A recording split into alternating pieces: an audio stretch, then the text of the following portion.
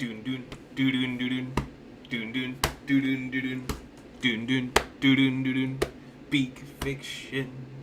Doon doon doon doon doon doon doon doon doon doon doon. It's that time. It is that time. Oh man, dude. What is in store for us this week? Let me Number one, I wonder if I'm HD Recon.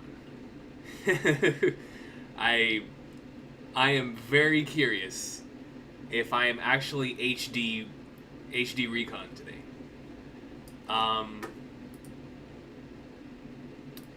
Let me see.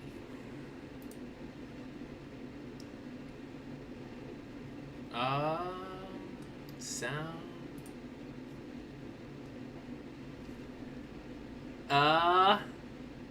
Potentially. Okay, hold on. Let's see. Sound a bit low. Thank you. Alright, let me see if I can figure this out.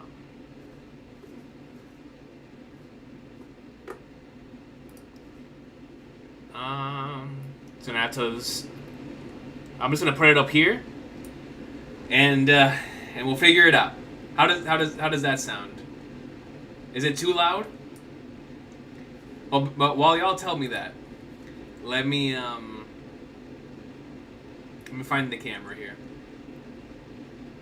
Let me find the camera. Where's it at? Alright. Whoa! Why does it look like that? Well, number one, I'm Dolby reversing, but number two, why is it taking up half the screen? What's going on? Why am I not full screen? So, I fixed my HD. I fixed the problem with the ring light, and now I can't be full screen? I'm no longer full screen Recon? Dog! Let me see.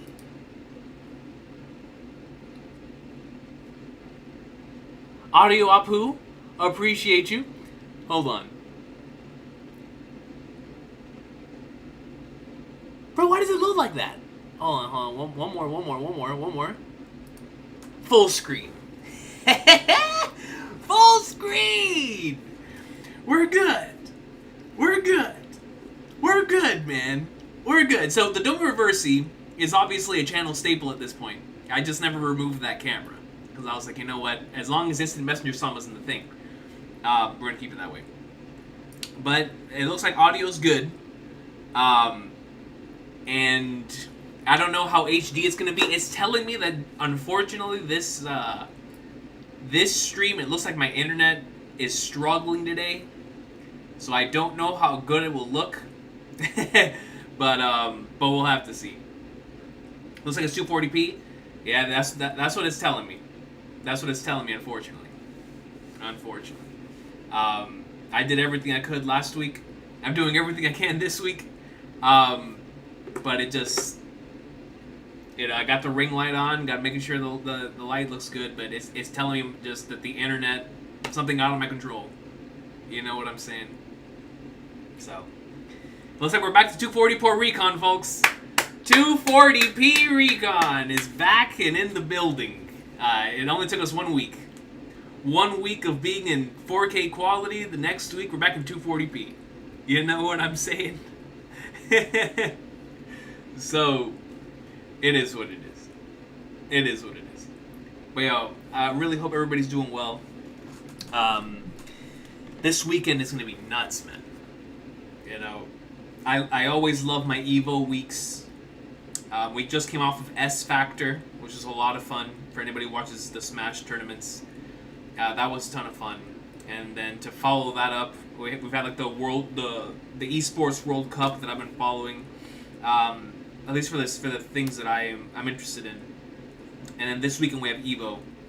And man, just having Marvel vs. Capcom 2 there.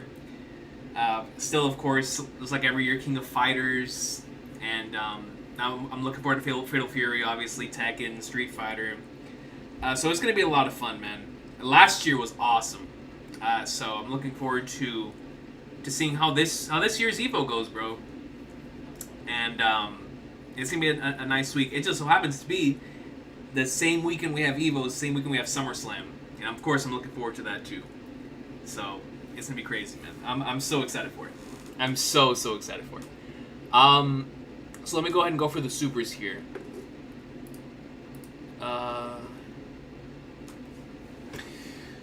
Kosh Panda, man. Yo, True Roofers in the chat, man. This is how I know we're about to get into some heat today. We got True Roofers in the chat. Akash Panda comes in with a 5 and says, if Buggy is Zebek's son, what if Zebek's I'll be back was actually setting up Buggy to somehow stumble upon the Room of Flowers during the final war? I mean, we talked about this last time. But number one, if Buggy is destined to sit on that throne, there's no one I would rather have sit on that throne than Buggy. Because Luffy, I want him to stay away from the throne because that's not his goal. You know what I'm saying? My boy wants to One Piece and then wants whatever the Flag Runner's dream is. That's a completely different story. But for the other characters that are within that final 12, like we call them, if anyone else besides Emu's going to sit on that throne, it's going to be either Buggy or Blackbeard. Alright? And if Blackbeard cashes in Money in the Bank, I'll be happy. I'll be good. I'll be like, yo, this is some peak.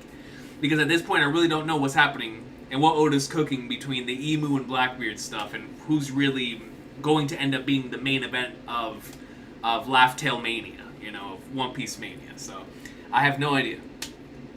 It's looking like Emu, also looking like Blackbeard, but Flagnards, if Buggy's the one that pops up Room of Flowers during the final war, number one, let's flip and go, Oda.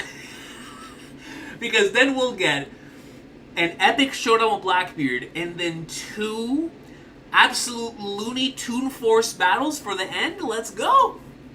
A Toon Force between evil Toon Force and Goon Toon Force, God forbid, and good Toon Force with Luffy and Instant Messenger Sama, and then to follow that up with Blackbeard, let's get it, or with Buggy, let's flip and get it, man. Let's get it. Let's get it, Akash Panda. Let's flip and get it. I know you're being sarcastic and you're joking here, or maybe you're being serious. And if you're being serious, then God bless you, because I'm on board that train, baby. Buggy, king of the world. Let's flip and go. And Akash Panda follows it up with a 5 and says, telling Emu that he's. Oh, speaking of the Emu, bro, this dude Oda, dog, releasing an image with Emu drawing the series, in control of the verse. And of course, because we're One Piece fans, we start theory crafting. What are the flying flatters going on here? What does that mean? What does that imply? And so I'm like, man, oh man, you have Emu, he's sitting there, he's got a Spotify playlist to his left. He's got what looks like Emu's design. And it's like, oh man, bro, what in the world are we cooking? Why? It's just, wherever that plushie goes, only chaos can ensue. Whether it be in real life or the manga. Coming off of one of the best panels in the series last week. So, but Akash Panda says, telling Emu that he's a Davy Jones fan, even though no one asked. Rocks the same energy as One Piece fans, recommending One Piece. Yo, straight up. Recommending One Piece to everyone, even though no one asked. That's a factual statement, bro. I can't even tell you the amount of times that's actually happened to me.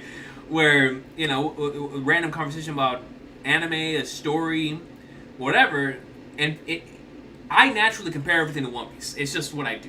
You know what I'm saying? So it just happens. I can't help it. I can't help it. I know some of y'all can't help it. It's like, bro, you're having a random conversation. Some dude brings up who the GOAT is. I'm like, Jenks? I don't know. You know, Luffy? I don't know. You know, somebody is like, who's in the GOAT conversation? My GOAT conversation has got Luffy and Jenks in it. You know what I'm saying? I don't know about the others. You feel me? So it's like, then you bring in all the different games or anime and manga that remind me of the thing. Is like, bro, you can't help it sometimes. You just can't help it. you can't help but recommend greatness. At least I can't. You know what I'm saying? At least I can't. But Akash Panda spitting facts there. Straight up, he pulled up and was like, yo, I'm a Davy Jonesian. Alright? Like, that's my guy. Emu didn't even ask. But he was like, I'm going to hear him out because he's passionate. He's passionate, so I'm going to hear him out. But that's straight up what it was like. That's a good representation. That's a good representation of One Piece fans. No doubt. No doubt. Quag 2, I heard it sucks. I definitely... I've wanted to, but I heard it has too many episodes and then it's trash. So I don't know if I'm going to watch that series. It's unfortunate because, I would love to be a part of this community. I would love to be a part of everything that One Piece has to offer, but I have heard that it is too long and that it's trash, unfortunately. Josh Pointer comes in with a 10 and says, all caps, there's no way Oda did this chapter. WTF, there's no way that's a certain character upscale. So we're having 2 straight weeks? Actually, no, this is 3 straight weeks, if that's the case, of certain character upscale. It's leaking all over the floor, but for real, this is a fun and interesting chapter. Prepare a Santa hat. It looks like that's just the motto at this point. Prepare a Santa hat every single week. Every single week. Man, but certain character upscale is interesting. That would imply that Agenda Piece is going to be running rampant, as we love it for. So I'm excited to see what that what that means. But Josh Pointer, all caps. I mean, based on what Subra told me, I'm like, yo, you gotta get off social media. And I didn't even think about social media this week because literally all I did this week in regards to any social media, anything, was just posting Xenoblade 3 stuff. So I didn't even think about clicking on the homepage. And the thought never even crossed my mind. You know what I'm saying? I was just updating that thread nonstop. So thank God going into this unspoiled because of the Xenoblade 3 greatness. But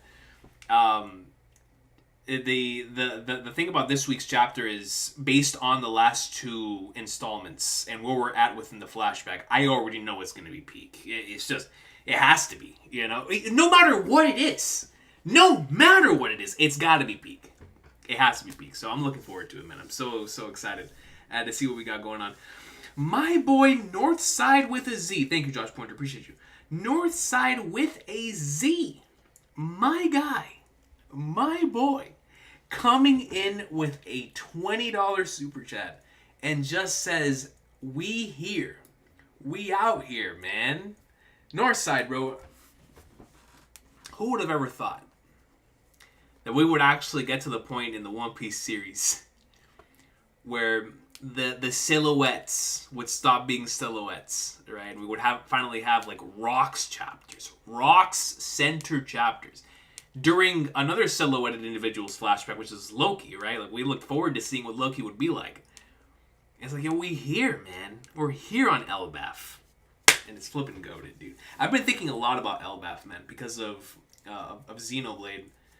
I'm just thinking a lot about Elbaf, what it could potentially imply for like the grand scale overarching narrative, the mural, all that stuff, man. And it's just, what an arc, bro. What an arc. Appreciate you, Northside, man. Thank you so much, as always, for stopping by, brother, man. It's always good to see you. Oh, God. Is that who I think it is? Alright, I'm going to have to change it. Hold on. I'm going to have to change the screen. Look at this, bro. Instant Messenger someone won't even let me have the full screen. Do y'all see this? Instant Messenger someone won't even let me have the full screen. This is madness. Instant Messenger someone comes in with a 20. A 20! It's number 1 in my leaderboards. Number 1. And puts a black hole, the triple finger, face, and this. I'm kind of scared. I don't know what that means. But I'm gonna take myself out of Domi Reverse before some spooky stuff starts happening in this room. I'm gonna take myself out of the Domi Reverse before some spooky stuff starts happening in this room, man. So, Instant Messenger Sama, keep your crown, do whatever you need to do, but I'm terrified. I don't even want to imagine what these symbols mean. You know what I'm saying? So keep the symbols and your plushies that are causing chaos all over the planet. We just go ahead and keep all that. Keep all that. We don't need that energy. But Instant Messenger Sama, on a serious note, I thank the plushie. I thank you. And because you're here, I know greatness is about to go down. So I'm so excited to see what in the flying flatters Oda's got cooking for a chapter where we have Instant Messenger Sama in the chat. Sweet flag nerds, man. Thank you, Instant Messenger Sama. I appreciate you. Just don't strike me down. And Instant Messenger Sama, can you raise my internet? Can you raise my internet? Bro, we can't have 240p Recon in the midst of this greatness, man. Emu, you have the power. Go to my internet company, go to my internet provider and let them know. Yo, fix King Recon's, King_Recon's internet, or I'm gonna take you down. You have the power, Emu. I know you have the power. I see you with the power. I've seen you eating French fries. I've seen you writing the manga. I've seen you doing the spellbinding circles. And even worse than that, I saw you do a spellbinding circle and bring out a shotgun from that. So, I've seen you do it all. You have the keys. Fix my internet, man. Fix my internet. I apologize. I mean in all reverence. I mean in all reverence. It's the Messenger Sama. All love to you. Bar M comes to membership for 40 months and says, yo, JD Double Dubs, gifting 10 memberships to the channel. Appreciate you, JD Double Dubs. Yo, thank you so much. Thank you so much, JD Double Dubs. I appreciate you. I really, really do. Coming in clutch. I hope everybody who received a membership this week is able to have fun with it. Appreciate it. All love to JD Double Dubs for providing that to the channel, man. On a serious note, thank you so much for that. But going back to Bar M, I haven't heard from you in a while, dude. Comes in membership for 40 months. It says, it's been a while, coach, but here for the peak, the drums, and the Jordan jersey, man. Let's flipping go. Bar M, good to hear from you again, man. Good to hear from you again. Let me see.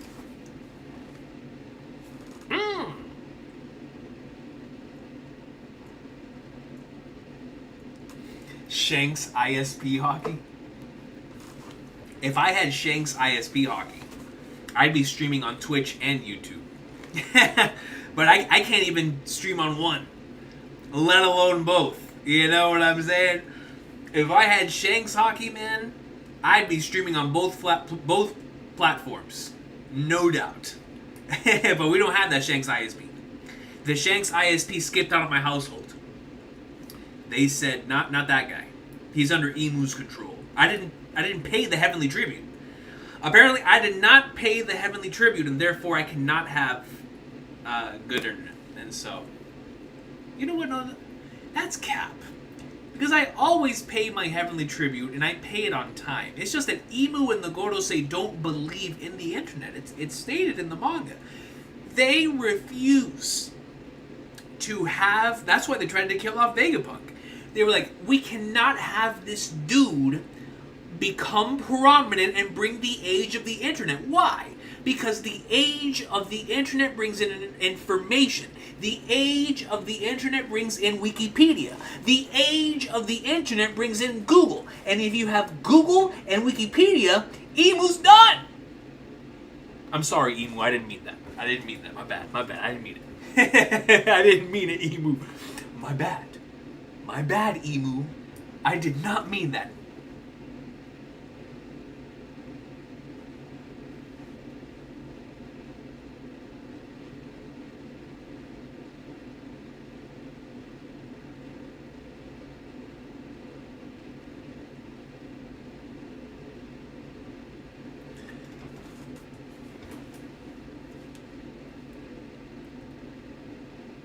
Ali G this week was like, let me take the night off. So Joaquin came in and was like, if one Gorosei is gonna sit back in the empty throne and chill this week, the other Gorosei in Joaquin was like, let me sit down. Let me sit down and pull up like St. J. Garcia's Saturn did on Egghead. Joaquin, man. All love to you, dog. All love to you, dude. Coming in. Golazo. Like GH says. Shout out to GH, man. Legendary name. Shout out to GH. Shout out to you. Comes in. Golazo de Joaquin. And Joaquin delivers a golazo indeed with 50 gifted memberships. So everyone who did not receive one from the one given by the gracious JD Double Dubs can now have one thanks to the graciousness of Joaquin, man. All love to you, Joaquin. Seriously. Thank you so much for that. That is a very gracious gesture. One that should not go understated.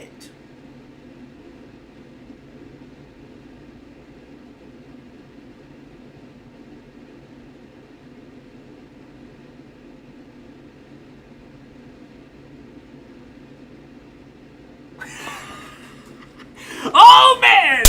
Emu, you can't mess with me today. Emu cannot mess with me today. We got the power. We got the power today. Yes, sir. JD, not Legend. JD Legend's wish. He wishes he could be JD Double Dubs. Because JD Double Dubs comes in and is like, yo, the 10, we're skipping all the way to 50. Gives 60 memberships to the channel. 60 memberships in a Membership Conquerors Clash. We had one a few weeks ago. And now we've got another Conquerors Hockey Clash of memberships. Amen. Listen. You hear the lightning? I do too, Caden. I do too. Dang, yo, JD Double Dubs. Holy sweet mother of flag darts. On a serious note, thank you so much, both you and Joaquin, for the golazos to the channel this week. Collectively, 110 memberships between the two of y'all, man. So, to everyone who got a membership today, you know, thank the squad, man. Thank the squad. Y'all are goated. JD Double Dubs, legend. Joaquin, legend. Holy sweet mother of flag darns, man. JD Double Dubs actually left a super chat that says, chapter was so legendary, I had to drop the gifted subs. 2 of them, apparently. 60 of them. That's how we know we're about to be some guys. Hold on, I need the Santa hat. Chapter's so goated, we have to give some subs. Yo! JD Double Dubs. The chapter is that good.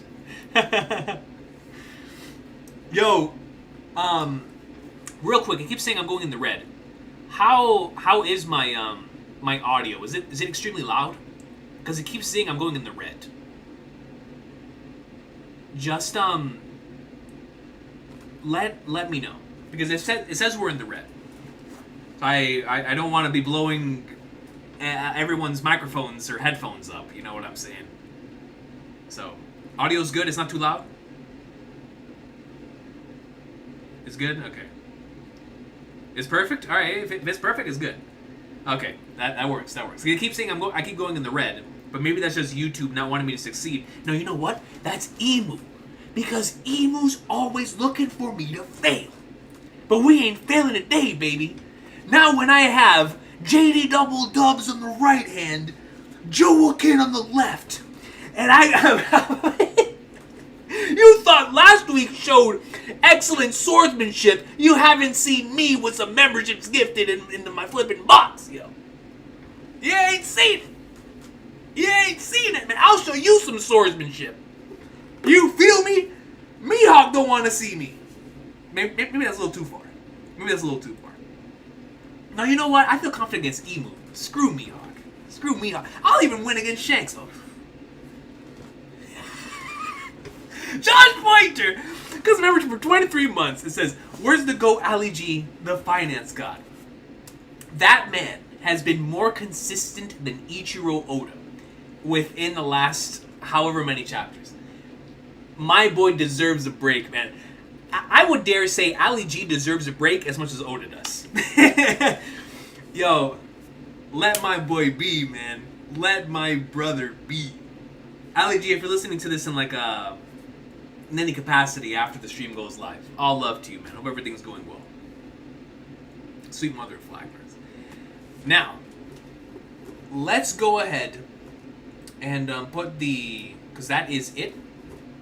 Excuse me. Oh, snap, no, I see Northside dropped another super chat right here that says, Recon, this chapter reminded me of Beyond Netero and his infamous quote. Which one? The one about humans? Is it about the infinite potential of humanity? I don't remember exactly the way that it goes. I have the manga volume here. But the legendary panel where he's like, don't underestimate the infinite potential of you. It was something one of those. It was so goated, bro.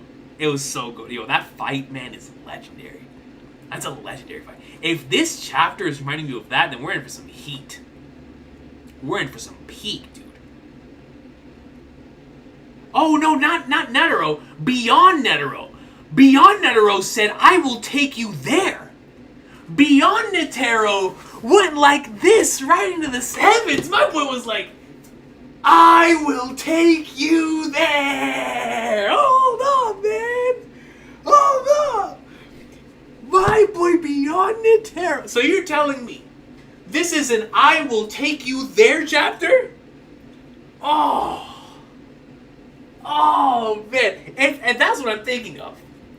If that's what I'm thinking of. Holy flag darts. Let me know, Northside. Is it the I will take you there? Oh, man. Don't underestimate the malice of humans? What was that like the Viz translation? Honestly, don't remember that. Honestly, don't remember that. I will take you there. Yo, shout out to Beyond Netero, man. What a goated character. I can't wait for Hunter x Hunter to come back, dude. I can't wait for Hunter x Hunter to come back. But that is all of... Oh, right here. Akame comes in with an amazing profile picture. Another emu profile picture. I'm scared. Bro, why do y'all have it out for me? I'm only one dude. I'm only one dude, bro. I get it. The emu army, and it's the Gunko version of emu. Oh God. I just can't escape it, man. Akame comes in, a membership, and joins the Kingdom of Sand Hats. All love to you, Akame, on a serious note. All love to you. All love to you. Not sure what the profile picture. No, you have no. I actually have so much love for emu. I'll just never tell emu. You know what I'm saying? I have a lot of love for emu. I'll just never say it. I'll just never say it. That's my Tsundere arc right there. But let's go ahead and go over to the title. Let me know if we are reading the title today while I grab the iPad.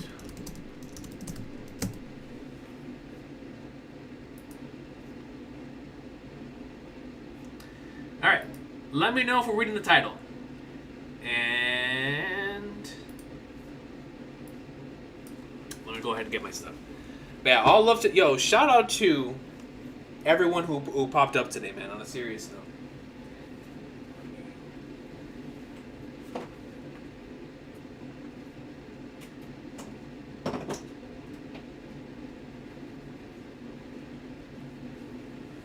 Alright, we are out here. All right, man. Are y'all ready for a 240p Recon reaction? I guarantee you. I can already see it now. Recon, what happened? 4K for only 1 week? It wasn't me, it was Emu. It was not me. It was Emu. If Emu so wished it, I would be good. I would be good.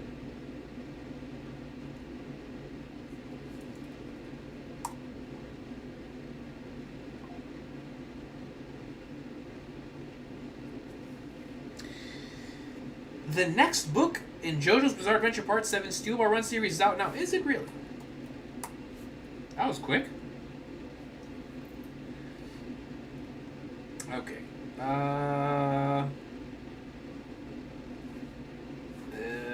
TCB. The good old TCB. Oh no, the website's not loading. Yameno! Saint Shady! Welcome to the kingdom of awesome sauce. I appreciate you, dog. Thank you so much. And for maintaining balance. We're at 112 memberships for today's stream. I appreciate you. Because before that, we were at 111, and I would have been terrified. Because last time we had 111, and a One Piece sense, all the Gorosei showed up on a single page. So I would have been scared. Man. But now balance is restored, and we got 112. So all love to you, Saint Shady. Thank you so much for that. TCB. Let me see. Should I read the... Bro, I put TC... This thing says... TC... Forget it. We're moving forward. I'm not giving the AI overview any attention. Taking care of business. Everybody's mocking me today. Alright. Whoa.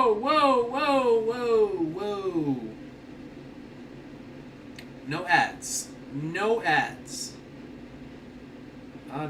No ads. Alright, let's go back, try this again. Okay. Chapter... Was that the cover? Oh, snap. Oh, no, I don't want to see that yet. Yeah. Oh, I forgot. Yeah, we have a cover. Do we have a color page too? Because I think this is a cover for like one of those. Because I believe this is a break week overall for Shonen Jump magazine, so it's a double issue. And every time there's a double issue around this time of the year, there's always a break, and it's caused by this part of the week. It's just like when Golden Week happens. But ladies and gentlemen, before we get into this week's chapter, we got to talk about something real quick, man. Because I have to talk for a second about failure. Last week was extremely difficult for me. Specifically, on Saturday, I was building towards this meeting with a potential publisher to be able to, with an agent that could connect me to a publisher, to be able to finally get to the starting line and get one of my novels published. And I've been building towards this the entire summer, the entire year, honestly. And I really thought this was the one. And so when I made it there, and I was wholeheartedly rejected, very kind individual, God bless them. It wasn't, I had nothing against them. In fact, I wished him all the best. It was a wonderful, wonderful conversation outside of the rejection. But, I failed so many times. In literally almost every asset of my existence. But I think this particular failure hit me so hard because I was there. I could feel like I was about to... That was my final climb on the mountain, and to be knocked back down to the bottom of the mountain again it just really, really hurt. And so, what was really impactful and beautiful about this entire situation is that upon feeling that, and upon this weekend, or this past weekend, I mean, it was painful, dude. But I think the most beautiful thing that I learned from it is the same thing I learned from the rest of the failures that I've had, is that it's never going to be enough. It's never going to be enough to stop your boy from wanting to move forward. It's never going to be enough to stop your boy from wanting to reach that next level. Because I know so many authors, and I'm talking about just on my side of the table, of somebody trying to get published, who have been rejected 100, 200 times before they ever even got a meeting.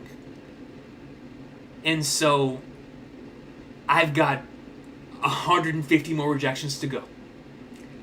And when I look at it in that way, when I remember what Luffy said in this series, as long as I'm alive, I've got an infinite amount of chances.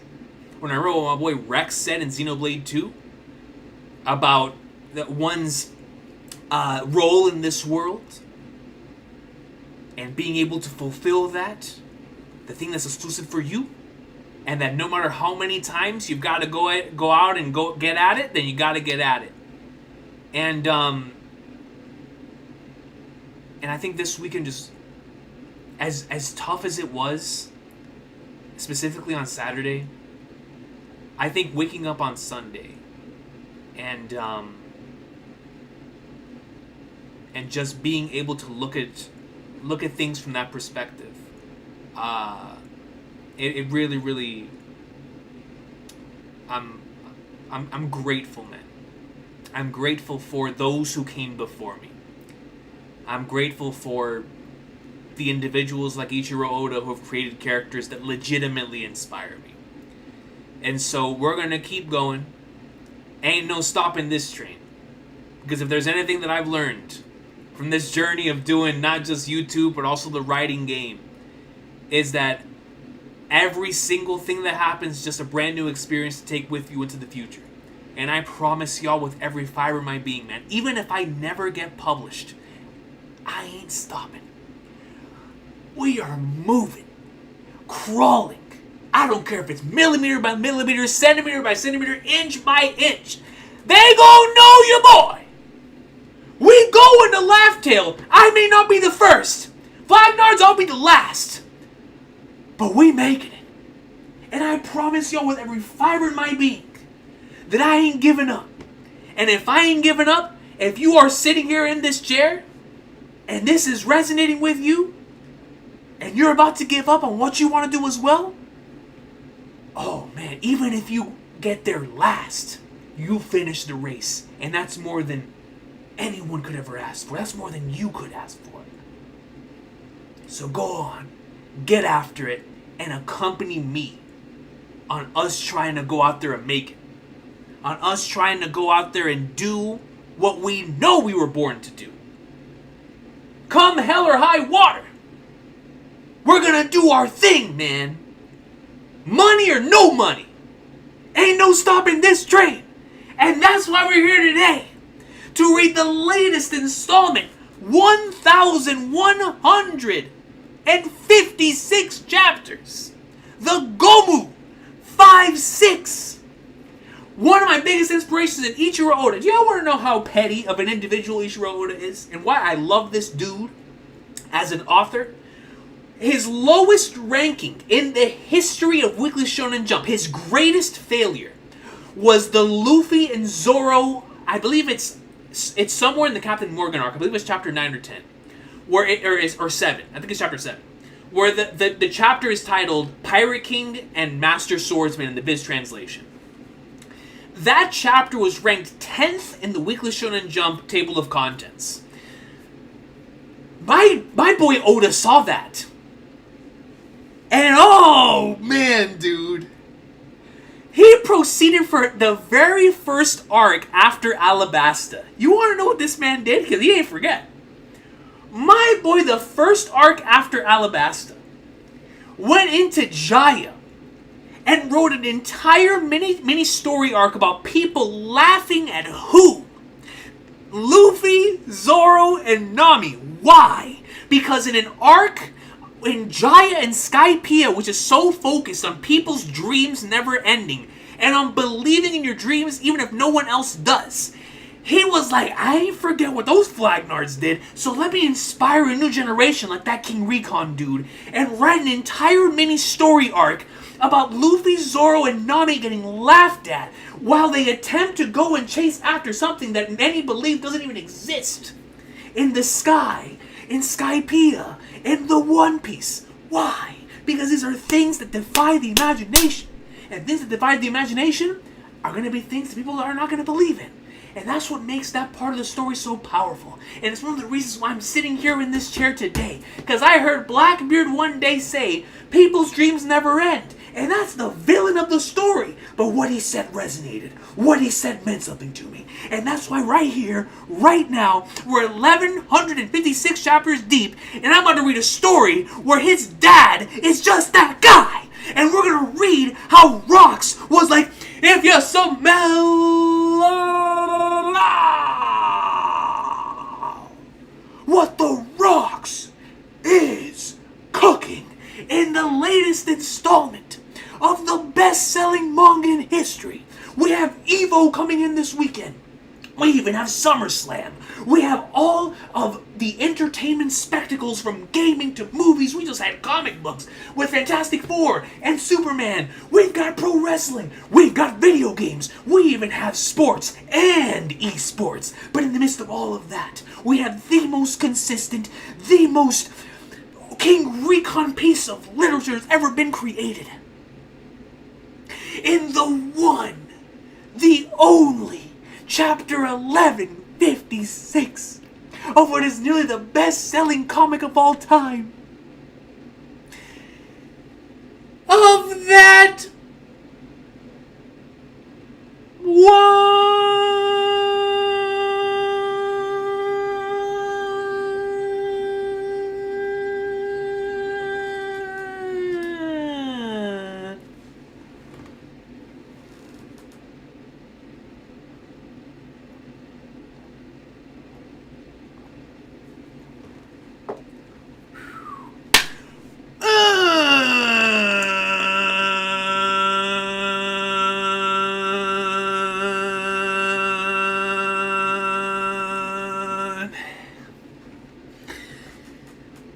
You know, man,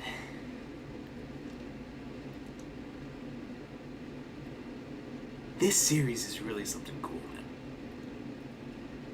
It really is. Because where else, other than soccer, other than football, can someone sit there and yell a word and it will resonate with the entire planet, both in the manga and out of the manga? There's a few series that can do it. DBZ can do it. I know Bleach can do it. I know Bankai reverberated through my school hallways. But there's another one that can, man. Because my boy Whitebeard said the following at the very end of his statement.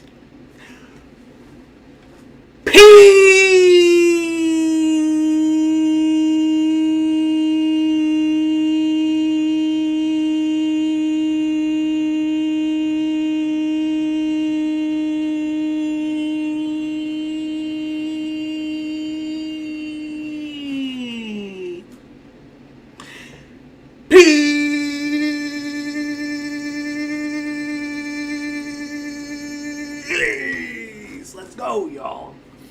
It is time. And I'm ready. I'm pumped, man. I'm pumped. I'm ready. Hold up. Let me double check and make sure that Instant Messenger Sama does not take me out midstream. Because my KBPS is mad low, dude. We might actually hit 144p in this stream. We might actually hit 144p in this stream. I'm not even joking. So, let me double check and make sure. Let me do a hard reset real quick. Go back to the starting soon screen. Let me see. Let me see and double check.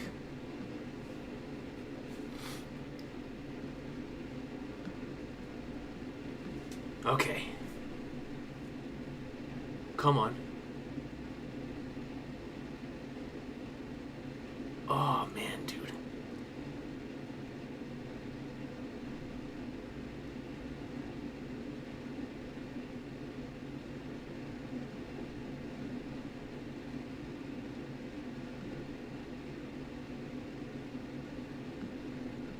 Okay. Give me a second. Give me a second.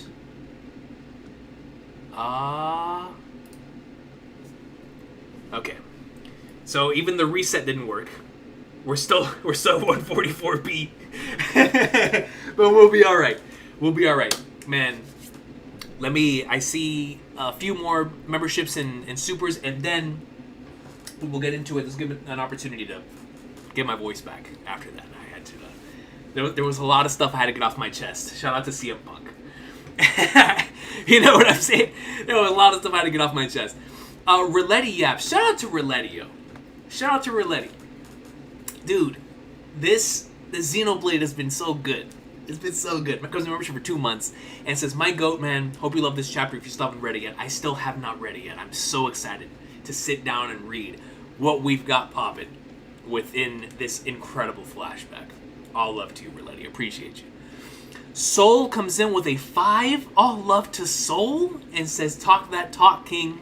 Appreciate you. Like I said, it was just it's something that was on my mind the whole week, man. You know, it really was. It really was, man. It's just, you know, it's just one of those things. It's why that section in Naruto and the Rock Lee versus Gaara fight resonates so much with people. You know, it's why Ichigo as a character resonates so much with people. That's why Luffy as a character resonates so much with people, and Naruto for sure. It's one of those things, man. It's just one of those things. And so this entire week, it was on my mind, and then obviously the Xenoblade occupied that space, but it was still occupying a part of my heart, and it was just one of those things, man. But we move, Soul. We move forward. Appreciate you. Thank you so much for that. Same thing to Riletti. Northside with a Z comes in, taking the crown from Emu, as you should. Comes in with a 10 and said, "Enjoy the detours, coach. Steel Bar Run and Hunter x Hunter prepared us for this. Even Kubo was rejected." Exactly, bro. Exactly. You know what I'm saying? Bro, if Hajime Isayama was rejected and then went on to create Attack on Titan, you know what I'm saying? That's one of the most inspirational stories you could ever hear.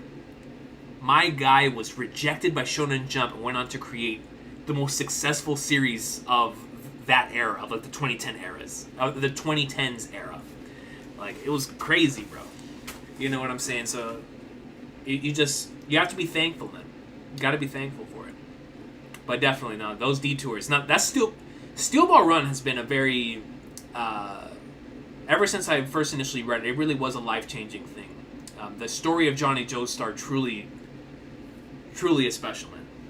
That idea, Sugar Mountain as an arc might be the single best encapsulation of what it feels like to have everything stolen away from you, and how you work into that, and how that's integrated into a part of the narrative. It's some brilliant stuff, like having to start over from scratch again, man. It's actually, that's one of Araki's masterpieces, man. And he has a lot, even within that part. You know what I'm saying? But he's just Steel Ball Run, man. One of the all-time goats. Can't wait for the anime to come out for that. And then P4 Shaw Productions. I'm trying to see who's that in your profile picture. I feel like I know that character. P4 Shaw Productions comes in and joins the Kingdom of Awesome Sauce. Appreciate you. bringing us to, how many memberships is that tonight? 113 memberships tonight. I appreciate you, P for Shock Productions. Thank you so much for that. And then Lazy Mofos comes in membership for 30 months and says, similar to pain, reminding you you're still alive. Failure just means you have time and opportunity to grow. Amen to that, bro. The journey never ends until you do. Lazy Mofos coming in with a spark of heat. That is a bar. That is a bar, Lazy Mofos. Let me read that again. Similar to pain, reminding you that you're still alive, failure just means you have time and the opportunity to grow. The journey never ends until you do. The journey never ends until you do, man. That's a bar, Lazy Mofos. That's a bar. That is a bar. I appreciate you. But now let's get into the chapter. I apologize to Akash Panda because these time codes are about to be all over the place. I really do apologize. I apologize. But now, let's get into this week's chapter of the best-selling manga history. Chapter 1156. And we start off. Is that Meowth?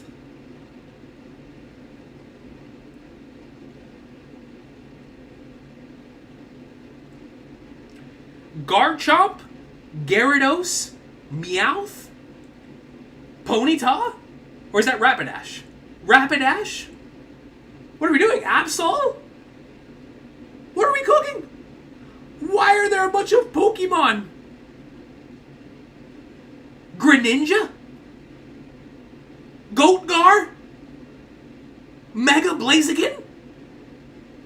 What are we cooking? Chikorita? Totodile? Pokemon X Shonen Jump? What am I looking at? Yo! Look at Pikachu next to the king! Oh, this has to be so cool for Oda, man. Like, Oda, a prominent Pokemon Go player, it's supposed to be super cool. I know they did a collaboration before with One Piece and Pokemon within Pokemon Go, because I still have the straw hat from that event. But man, Wobbuffet and Akane, oh, that's so good. Chikorita and Sakamoto, that's just great. That's just great. That's just great. Yo, man. Bocce Bros were up right next to Greninja. And the I forgot what the flame Pokemon that's the pig. I forgot what that one's called. Super cool Pokemon. And then Shinatsu next to Totodile. That's fantastic. Clefairy. I love this Wobbuffet and Akane. That's so good. That is so good. Man, this is crazy. Did he draw Melton within kids' metal attacks? Did he? I honestly don't remember that. Tepig, thank you. How could I forget Tepig? Yeah, Tepig.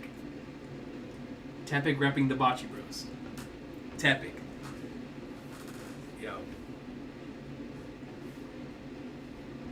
Yo, I agree with Young is cooking. Well, I haven't read Ichi the Witch, but Akane Banashi, that's my flipping gas right there, man. That is, if One Piece didn't exist, that'd be my favorite ongoing manga. But it's my number 2 right behind One Piece for the reads I look forward to the most. I love Akane Banashi, man. I gotta read Ichi the Witch at one point. But great cover. Great cover, man. Pokemon X Shonen Jump. I would have loved to have had this in the era where we had Naruto and Bleach and Toriko and Beelzebub and Gintama.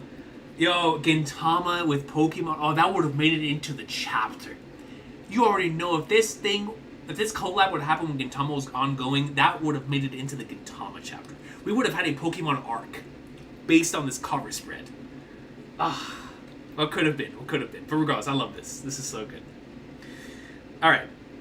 Caught up with Takahiko Inoue.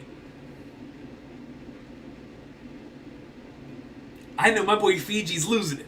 Caught up with Takahiko Inoue Sensei for the first time in a while. We had Yakiniku and shared a ton of stories. It was a blast. Oh, man. Shout out to Takahiko Inoue, baby. Absolute greatness. Created 3 of the all-timers, man. With Slam Dunk, Real, and Vagabond, bro. I mean, an absolute master of his craft. a master of his craft. Definitely a I just reread Vagabond earlier this year, and it was so special. It was my first time reading that series in over 10 years, and it was really impactful, like extremely impactful. Is that Roger on the cover page?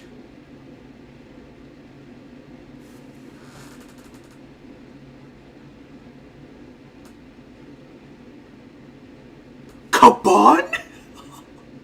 Really? Wait.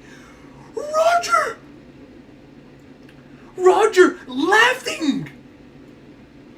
Yo, look at how goated Sanji looks too. Zoro. Nami looks clean, and then you got the king in the middle with a whole bunch of mini straw hats in his pocket. Brook on the oh come on, where's my Santa hat, bro? This is already a Santa hat time. Look at this.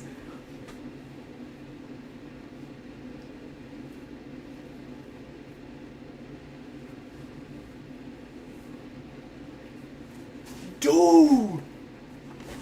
Roger, Gabon, and Rayleigh sharing a cover page with the future King of the Pirates. The former King of the Pirates, his wings, and the future King of the Pirates with his wings.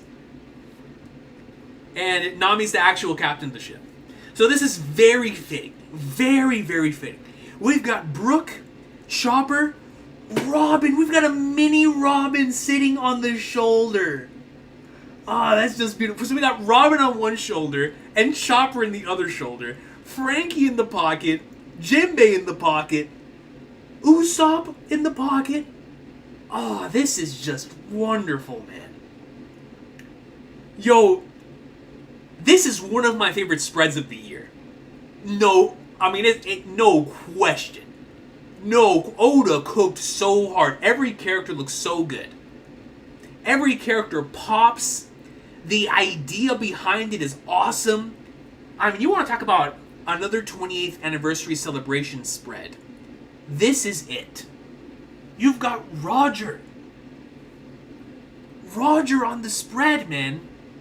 Chopper and Robin. So Akashman comes in with the 2 and says, Chopper and Robin equals Angel and Devil on Luffy's shoulders. The flipping opening. You're so right, though. That's great. An Angel. Oh, you're cooking with that. You are cooking with that. Brook on the straw hat, man. I love this. I love this. So, does this mean that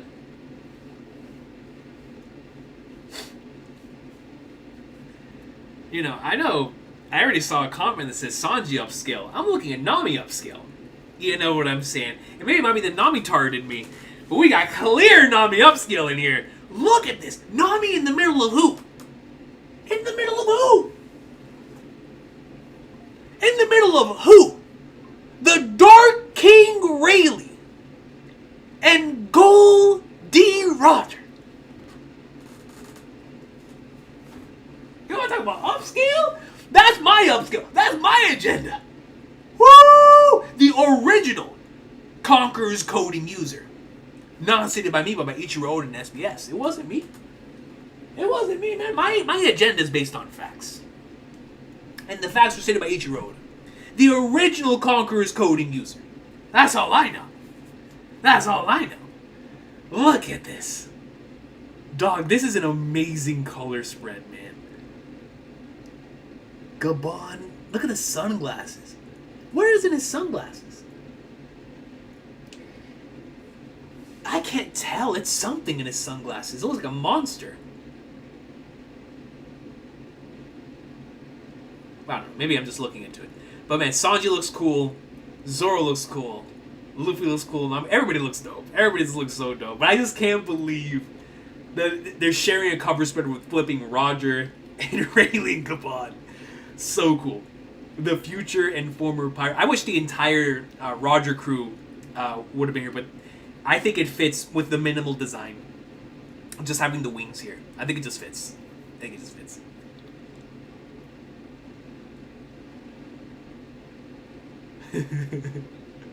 Bro, I'm just looking down here. Frankie's having the time of his life, man.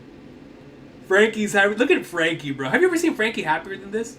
Besides, whenever he was looking at something for the Sunny. Look at this. I mean, Frankie's me when we're talking about Xenoblade. Look at this. That's a happy man, bro. That's a happy man. All right, let's get into the chapter.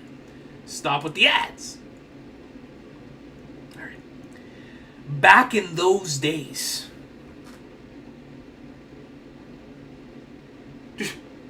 What do they mean by that? We were already back in those days. Are we going further back in time? Back in those days, before the Great Pirate Era, that was some pirate attack. Why aren't any of you fighting back? You guys are clueless. The narrator continues, certain idols roamed the seas. Certain idols. AKA individuals that you look up to. So that would imply like the legends, right? What Shanks is to Luffy. What Roger is to the majority of the pirates. What Rox is to Loki. Right? And obviously to the individuals in his group. Certain idols roamed the seas. Chapter 1156, Idols. You know, that has major implications for emu stuff based on the individuals that's been presented with, like, the godlike complex that he has. You know, the first commandment in the Bible is like, you shall not have any other idols before your God. And if pirates and the idols that are created from those pirates are Emu's greatest enemy, then that would definitely lead into what we could potentially see in the Void Century when piracy as a concept was created. That's actually so I've never thought about pirates as idols. But that is so interesting when it's labeled like that. They've taken everything. You men are hopeless. What happened to these individuals? They have heart eyes. You men are hopeless. They were strong. You didn't lift a finger. Now what are we supposed to do? These boys are in love. They are completely in love. Like, it's actually insane. They've taken everything. You men are hopeless. Even the Marines could not oppose this group. Even the Marines could not oppose this group? And they're in love? Why does everybody have hard eyes? They were known as the Kuja Pirates. Gloriosa? So Gloriosa was the one that did this to them? Like Hancock? Like Hancock does in the present time? The Kuja Pirates, a crew that hailed from the elusive Isle of Women. A fierce and stunning pirate band off limits to men. Yo, man. Gloriosa in the first what was that, chapter 1096? I was like, dang, dude. I saw the vision. I understood, you know what I'm saying? So I can't blame him. I really can't. I really cannot. They were known as the Kuja Pirates, a crew that hailed from the elusive Isle of Women. If that is what we're heading towards here with these individuals, it's like the OG Hancock, a fierce and stunning pirate band off limits to men. Oh, and you still got the same thing where even the chicks are just like, bro. Even the snake. You got animals. Animals are looking at you like, dang, girl. I grow wary of my own beauty. Day and night, it always goes this way. Oh, no, yeah, she got it. But why she gotta pose like that? Like if she had a photographer at all times. Gloriosa was about it. Will I ever be free to shed it? Oh, she didn't want this. That's an interesting way of tackling this, honestly. I grow weary of my own beauty. Day and night it always goes this way. Will I ever be free to shed it? Gloriosa. Yo, I'm about to pull a King of Lightning, man. Gloriosa top 5. You know what I'm saying? Empress of Amazon Lily, Captain of the Kuja Pirates, Gloriosa, future Elder.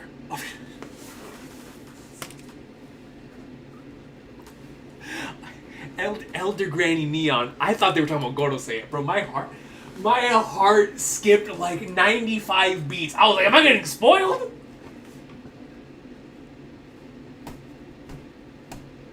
Yes, chat. We all grow old one day. That wasn't what I was talking about. It wasn't. Bro, for you can't blame me. You gotta blame what I was looking at before. She turned my brain into mush. Therefore, when I read the name Elder or the word Elder, I was like, well, dang. Well, dang. You know what I'm saying? So, it wasn't me. It wasn't me, man. It's Gloriosa. It's Gloriosa. But she was definitely about it. This picture of perfection. So, wait. Because I remember back in Amazon Lily, Granny Neon, a.k.a. Gloriosa, most certainly did talk about how she recognized the symptoms that Hancock was going through because she went through those herself, right? About like the concept, the idea of falling in love. So I wonder if that's something that could play some type of role within not just this flashback, but within Gloriosa as the character, right? The idea, because we know how integral that is to Hancock's character. This picture of perfection. So, I grow weary of my own beauty. Day and night it always goes this way. Will I ever be free to shed it? This picture of perfection. Yeah! Captain Gloriosa is a goddess. She's unbearably cute. I'm in love. The flipping snake, bro. Her radiance is making my mind go blank.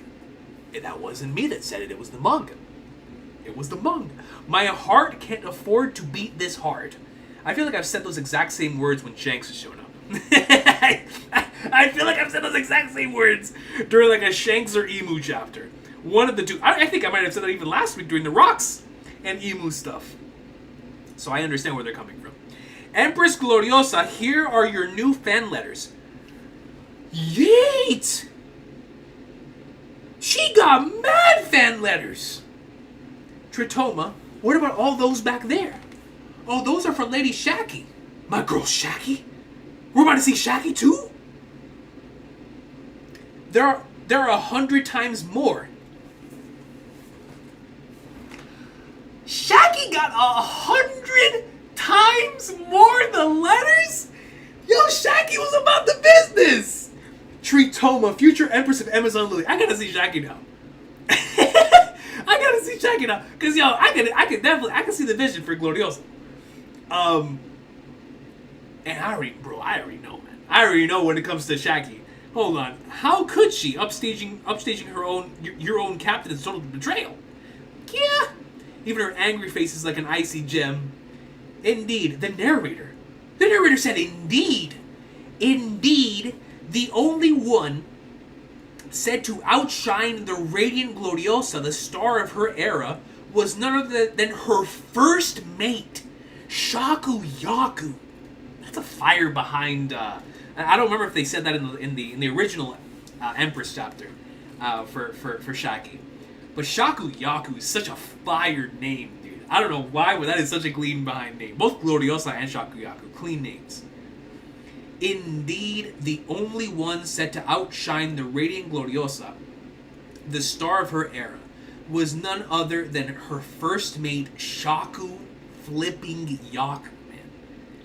So she got 100 times more fan letters. Crazy. Bro, and look at that. Look at all them letters back there. So you see like the little pile that Gloriosa has, that big behind pile in the back, that's all for Shaki, bro. Shaku Yaku. That's nuts. Captain, enemy ahead! Oh, that's Gloriosa has hard eyes. Is it gonna be rocks? Hello. Hello there, ahem. Roger!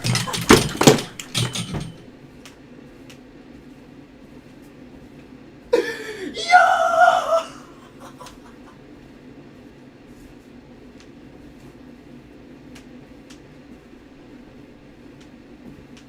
Let's go! Let's go!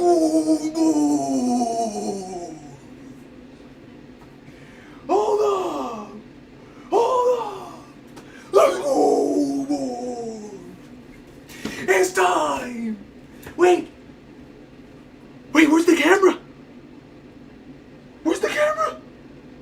Bro, my tripod fell all the way to the floor! Wait! Wait! Wait, where's the camera? Oh god! Hold on. Wait, it's Roger. It's Roger, but it's the camera. Where's the camera? Hold on. Wait. Wait, is it? I found it.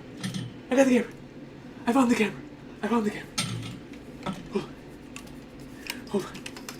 Roger. Roger, bro. Hold on.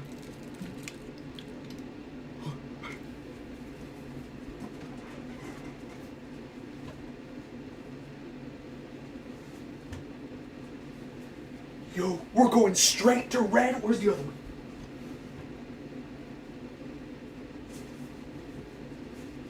I don't gotta read another page. This is already a top 5 chapter of the year. The last 3 chapters, all in the top 5. I've told all this for years.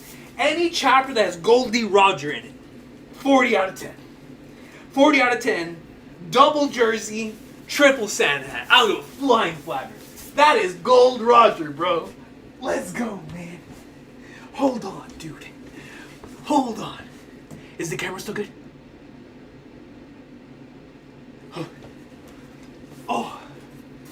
Oh, man. Yo, Gloriosa, I can't blame you. That's the GOAT. That's the GOAT, man. It's me, Roger speaking. Holy Flanders, it's the Oro Jackson. It's the Roger Pirates. Hand her over, Kuja Pirates. Hand who over? What do you mean? Were the legends true? Were the Roger Pirates just gooners after all? What do you mean? What do you mean hand her over? Wait.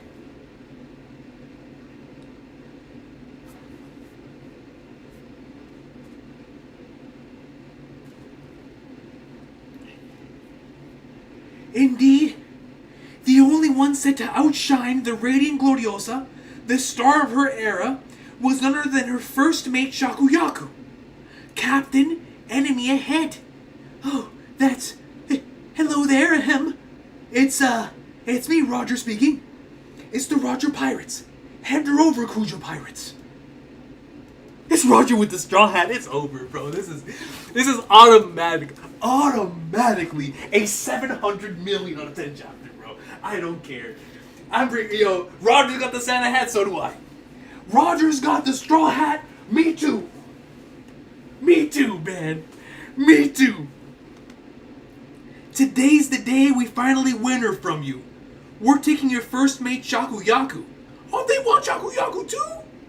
Bro, how young is Roger here? This looks like Roger right after he picked up Rayleigh, right after the time skip. It looks just like the Roger was like, oi, Rayleigh! Like, let's turn the world upside down. Dang, this is mad young Roger. You never learn, Roger. Isn't being loved by a woman like me enough? Dang, so Gloriosa loved Roger. And Roger wanted Shakuyaku? What kind of romance manga are we reading, dude? What is Whoopi?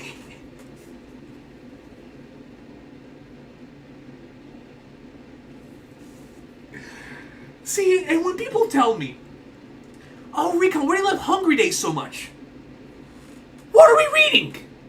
We're reading Rent a Girlfriend or One Piece. Are we reading Toradora or One Piece? It's the same thing. It's all slice of life romance to me. It's the same thing. It's the same thing, dog. Bro. This is why One Piece could be made into a high school spin-off, man. This right here. This is the best romance in Jump. And I like Hima 10. But Roger Gloriosa and Shakuyaku? Come on, man. You know what I'm saying? Like, come on. Yo, whoever said the Will of Goon is nuts. Whoever said Rent... That's nuts. That's nuts, man. You never learn, Roger. Is it being loved by women like me enough? This is already a 50 out of 10 chapter. This might be the greatest chapter of all time. Ganner! So the Kujo Pirates and the Roger Pirates, they clash. Who did you come to take again? Bro, you see a foot. It's not just a foot, it's a heel. A heel opens the door. And it slams it open. Roger shook. He's sweating. Bro, whoever comes through that door, top one. Top one. And we're using what we normally use in this series, which is sweat scaling. I have been a part of a community that's been sweat scaling since I've been here. Sweat scaling. You're making Goldie Roger sweat? If we're sweat scaling, whoever's coming out that door is gotta be Joy Boy. You know what I'm saying? You feel me? Whoever comes through that door is Emu. You understand? So, we're sweat scaling. We got Goldie Roger sweating. Yeah! Lady Shaku... Oh, shoot, it's gonna be Shaki. Lady Shakuyaku. They say her every move was captivating. Dang, everyone's in love, bro. Bro, when you have Roger in love, I gotta see Shaq. I brought you a flower. Please accept it as a gift. No, Shakuyaku, take my flower instead. Yo, the Roger Pirates were... The entire Roger crew was in love with this girl, dog. In her presence, flowers wilted.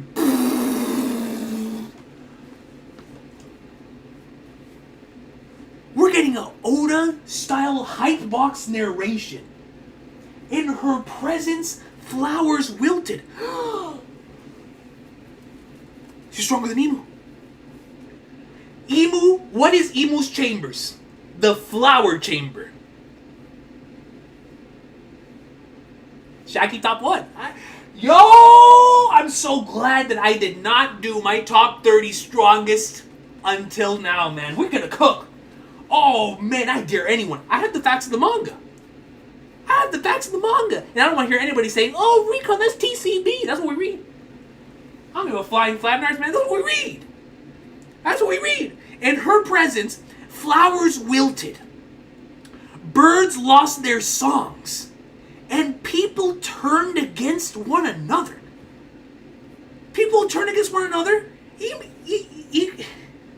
Unbelievable. She was doing the Domi Reversi. She was making animals lose their vocal cords. And flowers were wilting. Emu could never. In her presence, flowers wilted. Birds lost their songs. And people turned against one another. Domi Reversing, folks. Greatest of all time. Stay away from Shaggy. Yeah! She got the Robin bangs?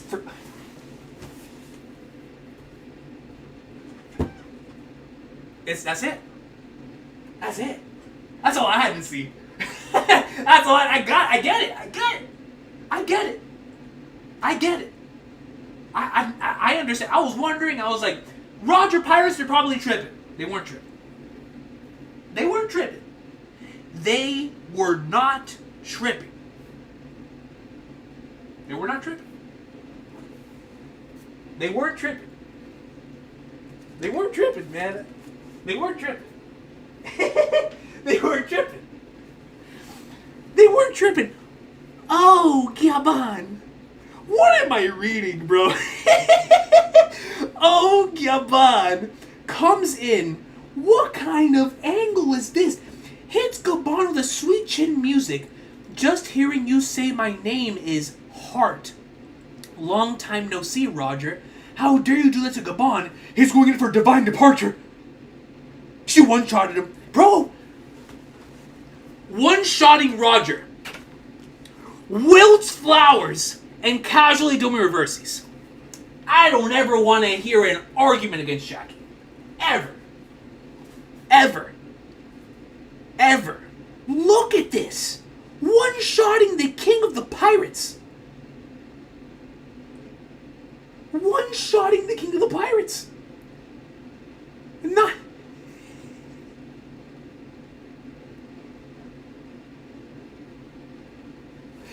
This man charged up the flipping divine departure like stance and got one-shotted.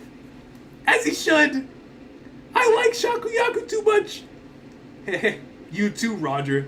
Dang, bro, she was really about the business.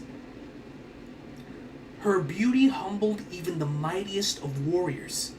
Look at the size of the bump on this man's head. Oh, so she's got the Nami in her. Oh, the Nami upscale is for real, for real. Oh, can we get much higher? It's over. Oh, y'all should never let me have this chapter. Oh, no. Oh, no. The bumps in the head, the Empress of the Verse.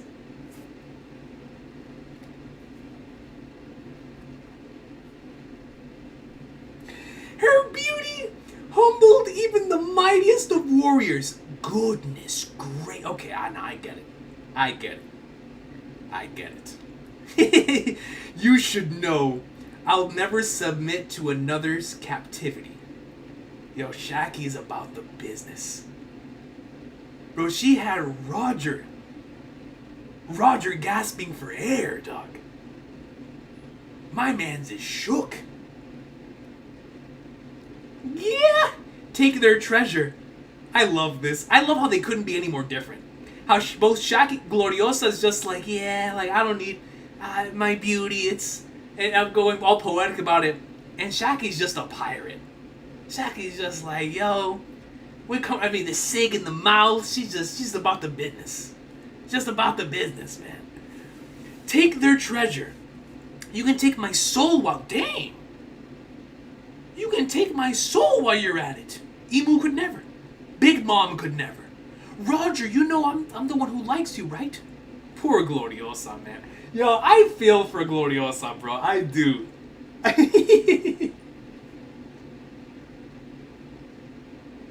You know, I heard John Cena the other day. I was watching the WWE documentary for WWE Unreal, and he was like, you know, sometimes what separates those at the top is only like a decimal point. It's like a 0.1. And it's just Gloriosa didn't have the 0.1, man. You know, Gloriosa was like a flipping 9.9999999, and she just didn't have that one decimal point that separated her from flipping Shaki, dog. But poor Gloriosa, man. Poor Gloriosa. Roger, you know I'm the one who likes you, right? This might actually be the greatest chapter in the history of One Piece, bro. Out of the way, Gloriosa. You're blocking Shaki.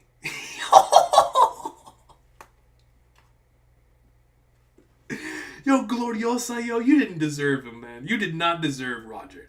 So, Gloriosa fell in love with the Pirate King. And obviously we know that didn't end up happening. Because Roger fell in love with Rouge.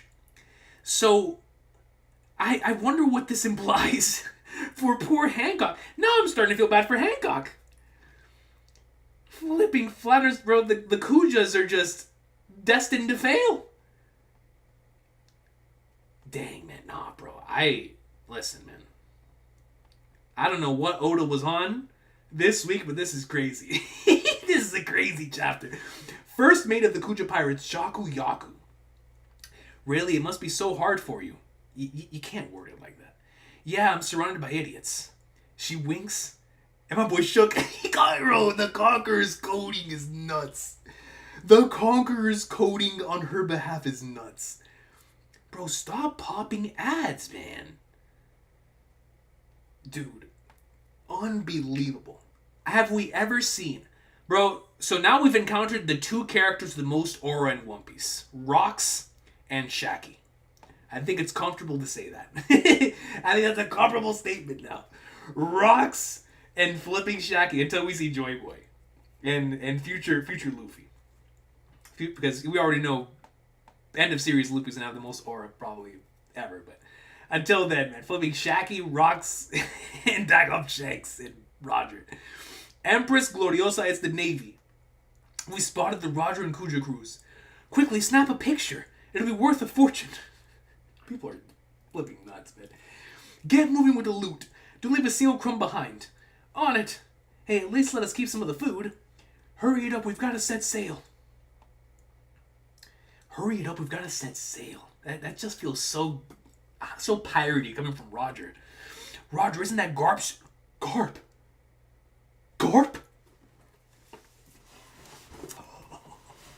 Oh, shoot. What did you just say? All right, man. New plan. Crush them. You know what Roger is? Roger is that meme when I forgot what was it? Was it Austin Reeves? Bro, there was a video that was on a YouTube short last year that talked about NBA players that play absolutely bonkers when there's a baddie at ringside. That's Roger.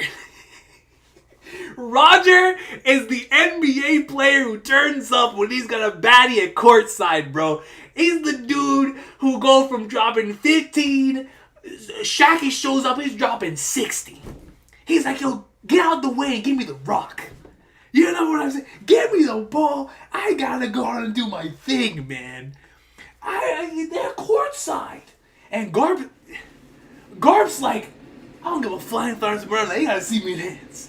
You gotta see me hands, man. Oh my god. Crush them. Pirate Goldie Roger. Future king of the pirates and father of Ace. Yo, look at Garp, man. Yo, he looks so much like Luffy. Luffy, he's even got the spiky Luffy hair. And the scar. Oh, he looks so cool. Garp looks so cool. Vice Admiral. The other Vice Admirals could never. Monkey D. Garp. Future hero of the Marines and grandfather of Luffy. Bro, this is the beginning of what might be the greatest rivalry in the entire era or the entire story of One Piece. Garp versus Roger. And we're seeing like the origins of that. Garp came in the middle of Roger trying to win the heart of flipping Shaki in the middle of a rom-com manga. And Garp is like, F that, man. This is a shonen battle manga, dog. You know what I'm saying? We got cannonballs in this thing. Vice Admiral Monkey D. Garp, dude. Oh, they're gonna box! Oh, God! Meteor Fist! Oh, they're here! Anamitama! It's had to be Garp's ship, didn't it? Garp! Roger! Oh, let's go!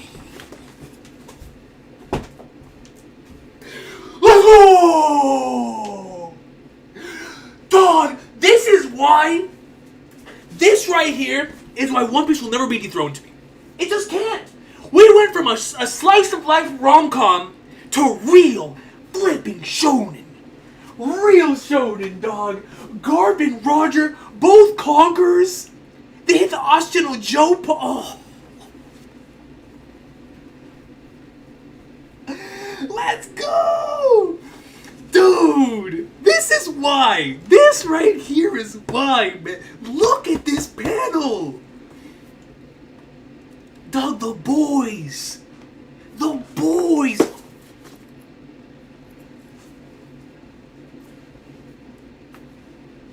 You know what? What did I say last week? If there's a Rocks, Roger, whatever chapter, we're just putting these down. I ain't got time to deal with that. I ain't got time. That thing's gonna fall in my head. We ain't got time to deal with that. We ain't got time to deal with that. Garp comes in, conquers Coded Punch right on Roger. I mean, he smacks the flagnards out of Roger. Roger goes in, slices Garp. Oh my god! I can't believe I'm reading this right now. I can't believe I'm reading this right now. Roger with a straw hat, bro. Garp with the Code of Legend. This is the origins of their boxing, dog. Roger, Garp, and Rux. Those who would be spoken of as legends in the Great Pirate era. But at this time, their blood burned with the passion of youth. One Piece is the best, man. It just is, bro. Like, the flashbacks in this series, they move me, man. They move me. Oh. Hold on, bro. Let me get some water and I'm gonna read that narration box again. I forgot to read the narration box again.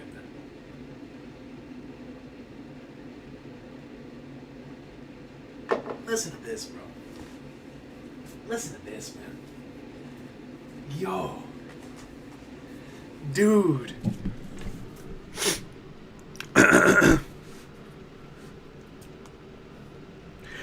Roger, Garp, and Rocks.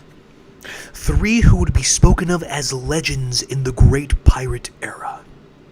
But at this time, their blood burned with the passion of youth.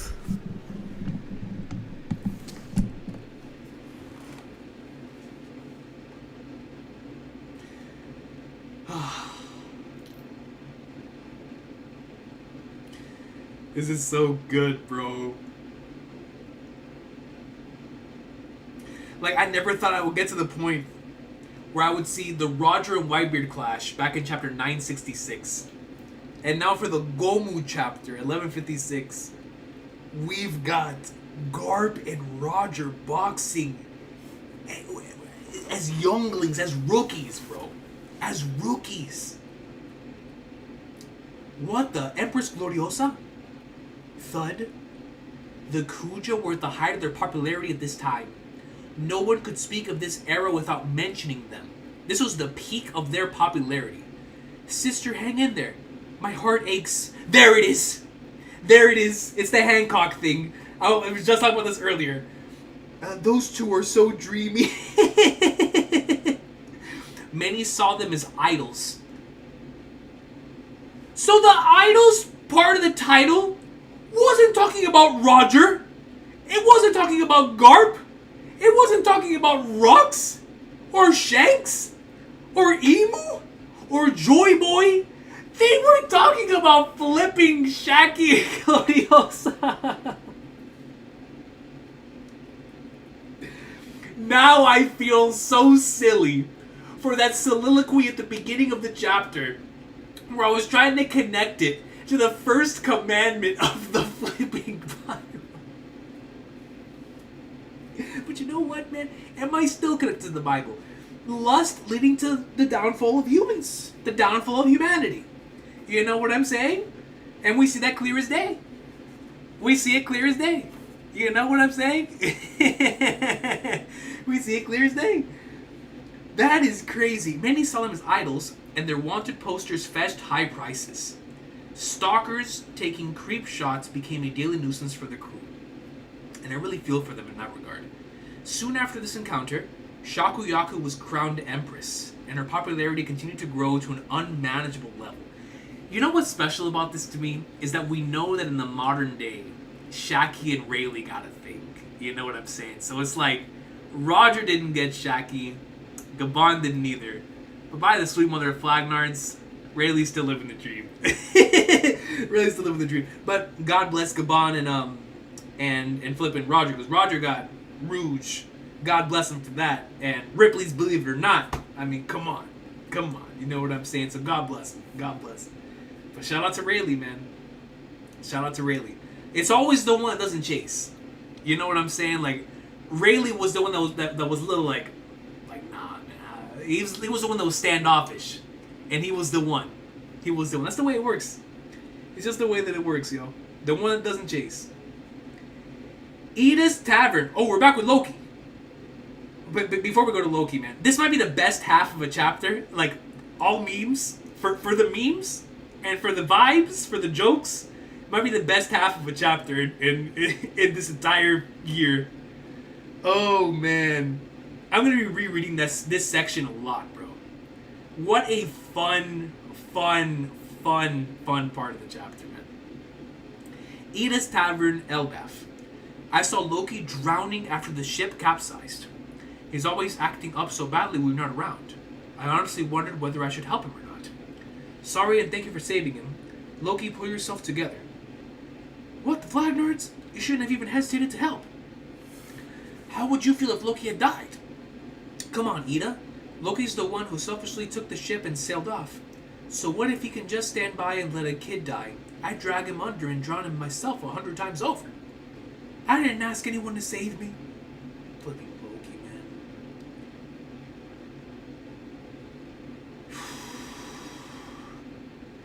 That's the piss poor attitude I was talking about.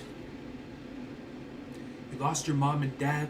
You lost your mom and your dad's always quite busy. I bet you must get pretty lonely, right, Loki? Shut up, you old hag. Wouldn't it be better to just stay with us? Yo, man. Ida. Yo, she really is making the case for being one of the best moms, man. Look at this. Look at this, bro. Both Hadru, Dean, and Loki yell, "No way!" Classic brother style. I'm on to you, Ida. You're just acting unmotherly, so we'll let you move into the castle. Aren't you? You're just a gold digger.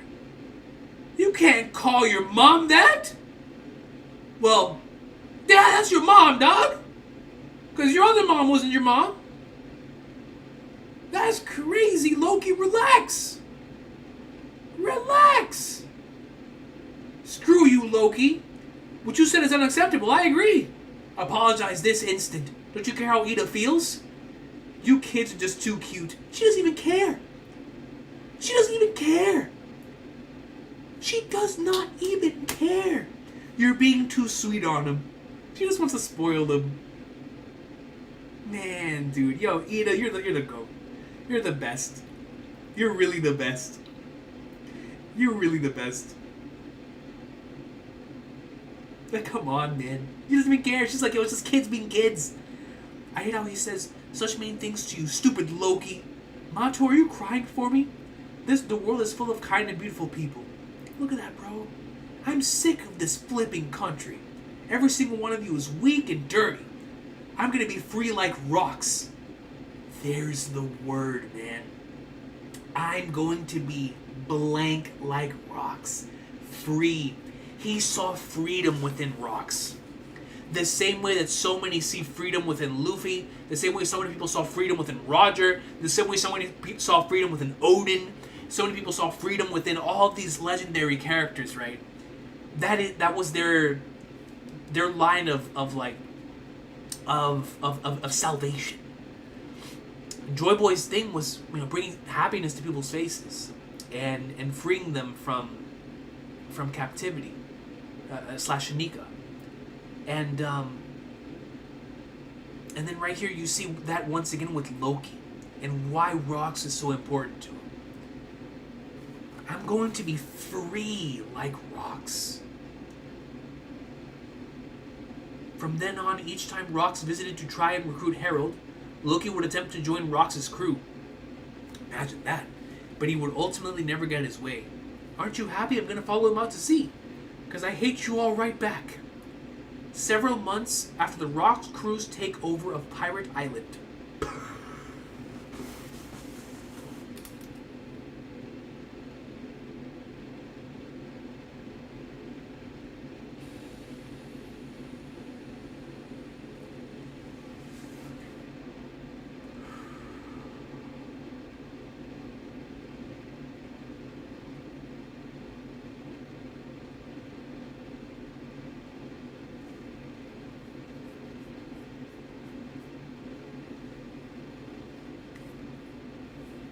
Oh man. Oh man. What are we about to cook, bro? Dang, bro, I'm in 144p? For real, for real.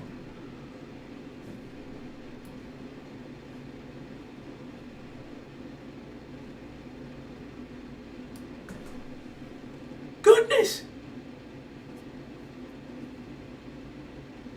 We're back in 2005 YouTube. The Wake Me Up Inside era. The Linkin Park era. Why am I in 144p? Anyways, we got more important things. The Pirate Island Bullet. Several months after the Rock's crew's takeover of Pirate Island. Where the Flatlanders did you come from? I'm here to join the Rock's pirates. This is Loki. Loki who escaped. Yeah, maybe in your dreams, but it ain't gonna happen. You won't even lay eyes on him. Excuse me. The Rock's pirates are the ocean's all-stars of evil. And look at that. Oh, we're good? It looks fine? It must just be on my end. You know what it is? It's that the first half of the chapter it left me so starstruck. I just can't see straight. That's what it is. That's what it is. That's what it is. That's right. Save me! That's what it is. That's what it is. Wait. It's not Loki?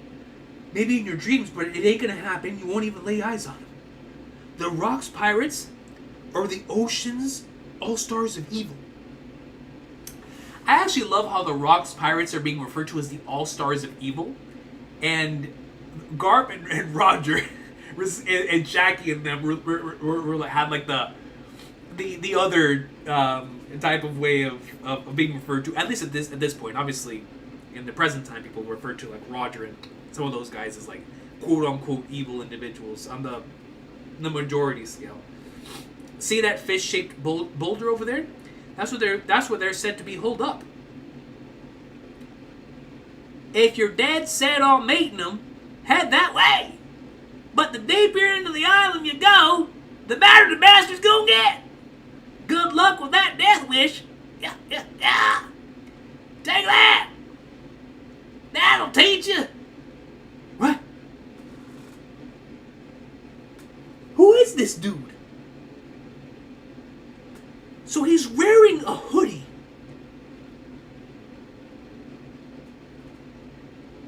So we see a dude wearing a hoodie. He's going around.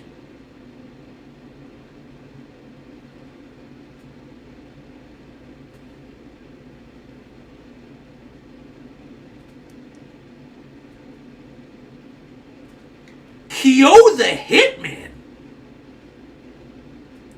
Silver.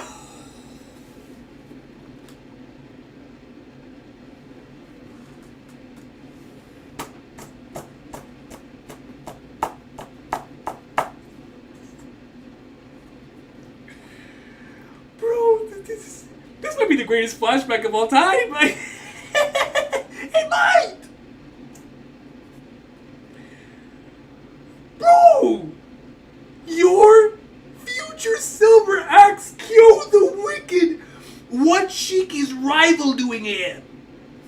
The strong gathered around Rux, and their presence attracted even stronger recruits. Stay back, he'll kill you. What of you? Look at the scenery. Blasting a couple holes in the place was the right call after all. Ain't that right? Look at Rocks, bro. I mean, he's the him, man. He's looking him. As I was saying, there's 2 devil fruits I'm after. 2? Which ones? Which one, bro?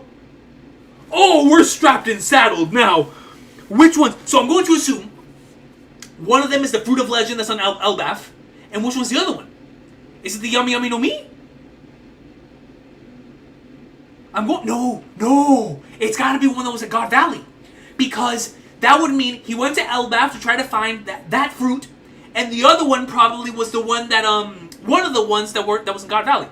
It could have been Kaido's. It could have been any of the ones that were a part of that like particular treasure hunt thingy. As I was saying, there's 2 devil fruits I'm after. One of them's likely on Elbaf. It'll only show its true power if Harold eats it. It'll only show its true power if Harold eats it. Why Harold?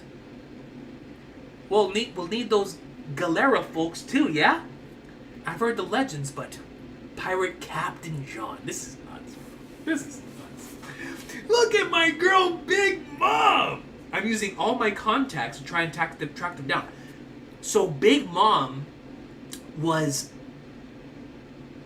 dealing with contacts and other individuals on like a grand scale, even all the way back here. Because we know that in the current time, she uses those mafia ties and ties to the other individuals in the verse to be able to have this massive information network. And she even had that all the way back then.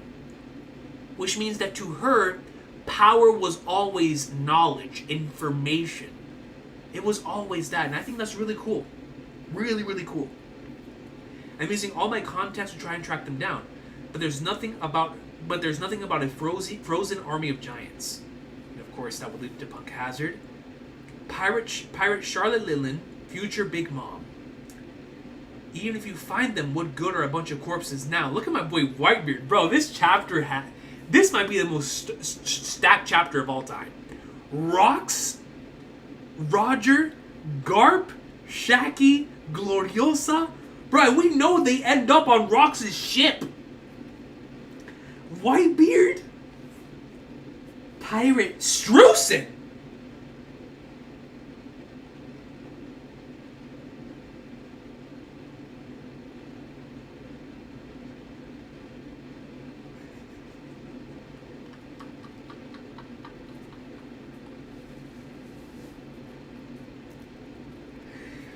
You have gotta be kidding me, bro! Pirate Strusen! They're looking raw, mind you! Strusen looking raw! Raw! Prime Strusen! Linlin's partner in crime. That's just great. Another ad. That's just great. Exactly, there's no way to bring them back. Shut up, we're talking about dreams. Don't be a downer. Whitebeard. Strusen. Hey, something. Where's Bobbins the Fixer? Yo, if Bobbins was in the Rocks crew, that crew's never getting matched. Never getting matched. Even if they did come back to life, they'd have no reason to listen to you. Pirate Barbell. Catfish Fishman. Yo, look at this dude's hair. This dude looks nuts. Kaido! I got it right this week. I was only 1 week off. You know, last week you clowned me. You clowned me for mistaking Harold for Kaido. It was my fault. It was Emu and Rox's fault. But this week, my boy graces us with his presence. In the same chapter that we have Whitebeard, Rox, and Garp, and Roger.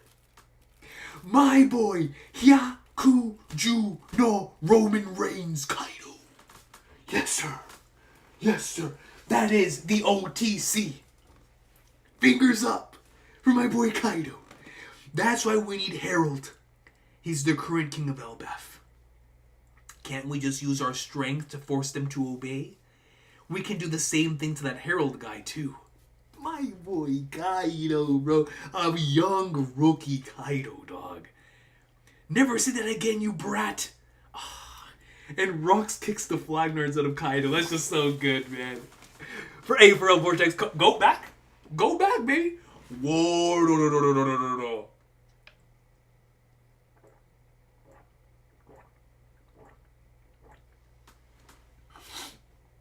This is without a doubt one of the most fun chapters we've ever read in the... dude, this is awesome. This is so awesome, man.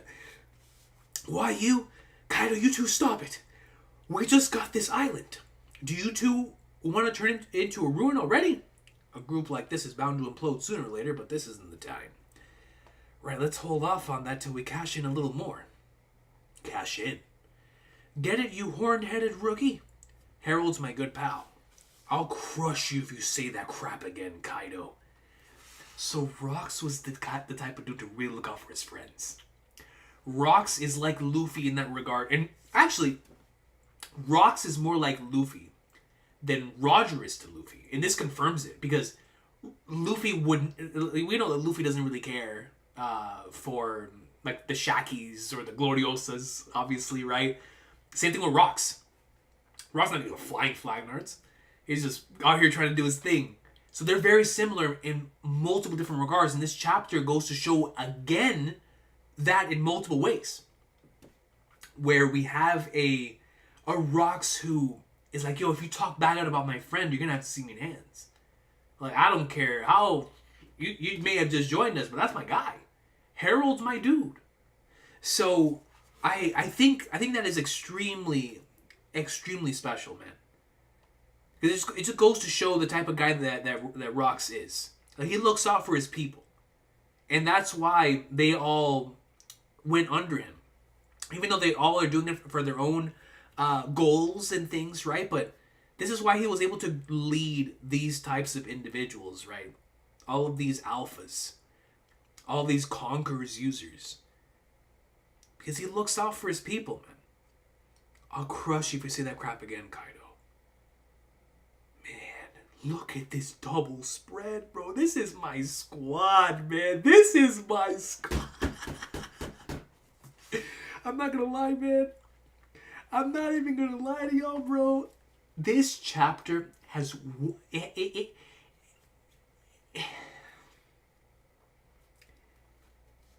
I'm not going to say it seals the deal yet, because of how special the last two flashbacks were.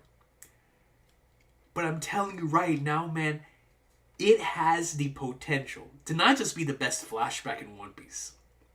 It has the potential to be the best stretch of chapters in One Piece. This is nuts. Just look at this. Look at everything else we got in this chapter, man. Listen up, you lot. Elbaf is the key to bringing down the Holy Land.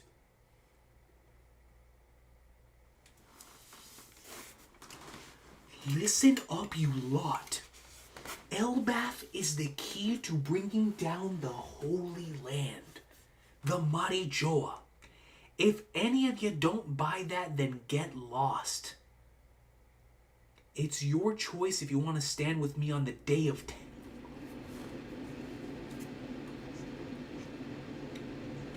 Bro, I'd run through a flipping wall for Rox, man. It's your choice if you want to stand with me on the day of destiny. The day of destiny. But if you've got the guts, follow me. I'll take you to the world summit. He's the greatest of all time. Bro, Rox is the flipping goat of this verse, man. Look at this. He's leading. He's leading legends. He's not leading just any regular dudes. He's leading Whitebeard, Shiki, Big Mom, Kaido, Streusen, Bobbins the Fixer. He's like, yo, I'll take you to the world. I will take you. Oh, that's why y'all were talking about the Beyond Netero quote. I will take you there. Dog, Rox is him, man. He's really him. And that's the end of the chapter, bro. He's him, man.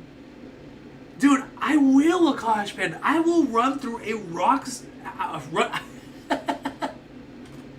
I will run through a wall for Rox, dude. I will. Put me in the game, coach.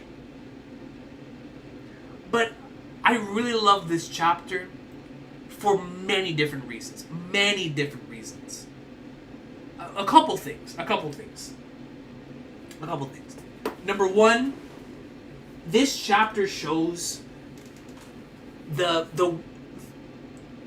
what makes each legend so special.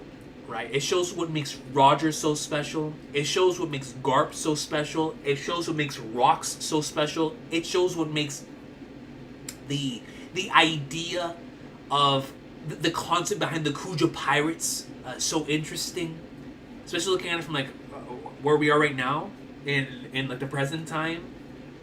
But specifically for those legends, it really goes to show why they are larger than life characters.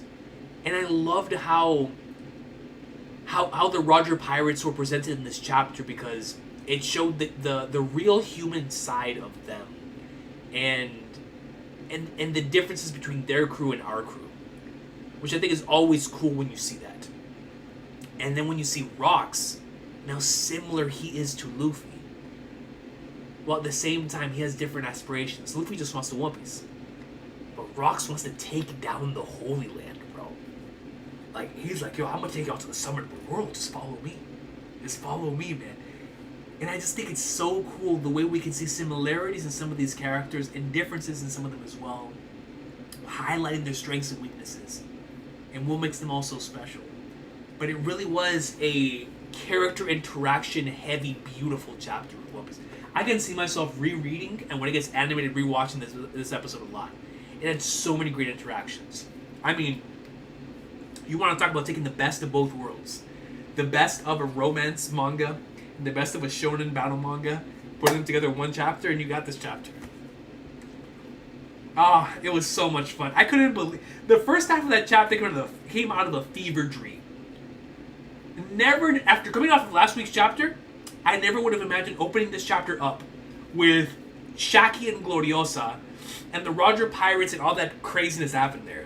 And then Roger and Garp, bro, pulling up at me like, yo, I don't care what y'all going on. Roger, you gotta see me. It was on site. It was on site, bro. For Garp and Roger, it was on site. And you get to see why it is that he felt comfortable leaving Ace in Garp's hands. Because Garp really was the one who knew him better than anyone else. Because the one who's going to know you better than anyone else is the one who does battle with you over and over and over you, right? Your worst enemy knows you better than anyone else. And so, and obviously Rocks died, so he couldn't take care of him. But Garp was always the one that was always boxing Roger, and always boxing Roger, and always boxing Roger, and it was always on site, man. And so it adds weight to when Roger's like, nah, please, like, take care of my son, bro. Like, I know you can do it, Garp. It adds so much weight to it, man, because it went from on-site to family. From on-site to family, bro. You know what it is? For him to show up, it's like, yo, Roger, let's throw down, baby. Let's throw down. It's on-site. To leaving your kid in this man's hands because you know you won't be around to see him. And you're like, if it's going to be in anybody's hands, it's going to be best in his. It's like, dang, man.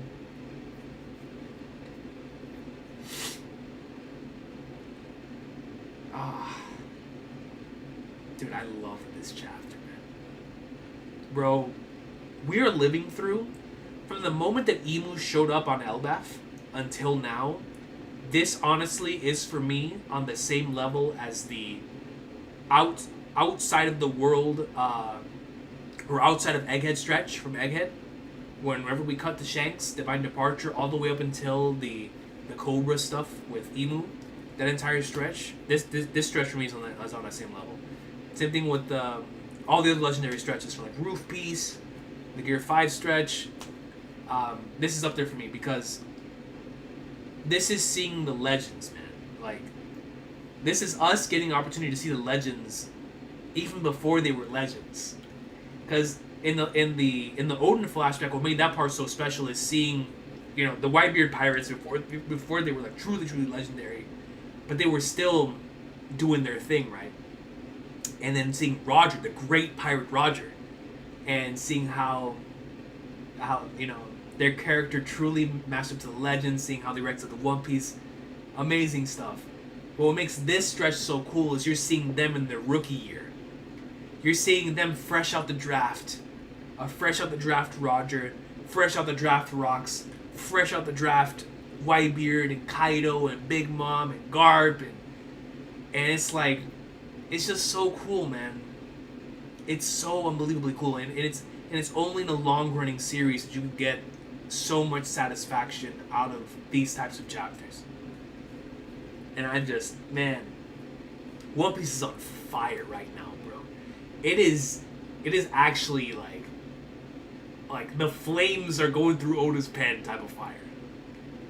And only someone at the tip top of their confidence could write half of a chapter of a romance manga and be so confident in his characters and in the entertainment value those characters provide to be like, you know what?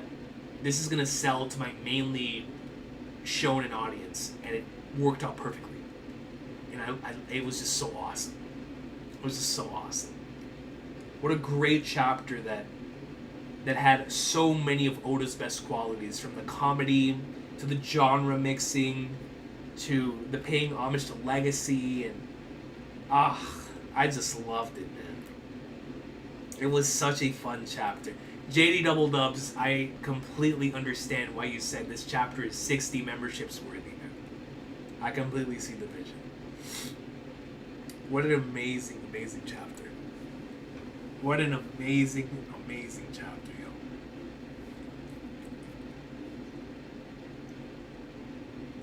I think we saw Luffy's mom this chapter. Who's Luffy's mom? Talk to me. Who's Luffy's mom? You think it's who is it? Who's Luffy's mama? Let me go back to. Hold up, man. Don't play with me now. Don't play with me. Who's Luffy's mama?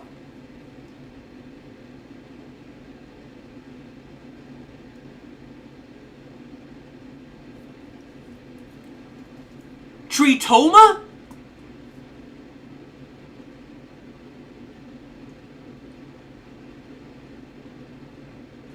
Future Empress of Amazon Lily Tritoma. Bro, I promise on all Flagnards. If Tritoma is Luffy's mom, then this is an even more generational chapter than I already anticipated. Stop playing, man. Stop playing with me, dog. You know what? I would take Tritoma, man. Just look at this smile. I'd take Tritoma as Luffy's mom. Absolutely. I really would. I really would, man. But I guess we'll have to see. At this point, it's either Tritoma or Crocodile.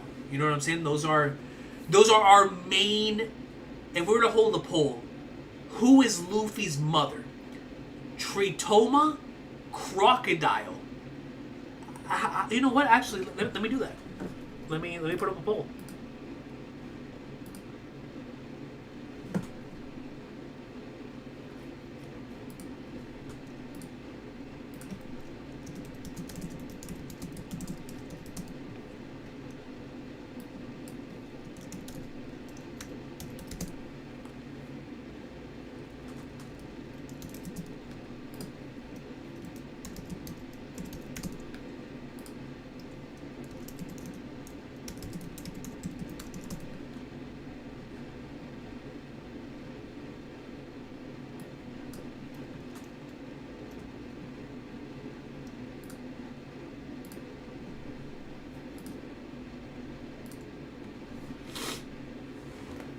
Who is Luffy's mother? Tritoma, Crocodile, or an unseen character? Well, actually, Dodon's a great answer, Lazy Mofos. Dodon is his actual mother. That's a great point. Like, no matter who Luffy's mom actually is, Dodon technically is his current mother. That's actually a great point. Dragon was 11 during this time. How old do we think Tritoma is? I am curious how y'all came to the conclusion for Tritoma. We have Rox D. Zebek coming into the chat saying, "Vo, I will return." Shout out to Rox, man. Shout out to Rox. Okay, let's read some supers. Oh man, I love this chapter, bro. Like, I really, really, really love this chapter. God, from cover page to the end, like, man, would have been great. 13, 14, I could see that.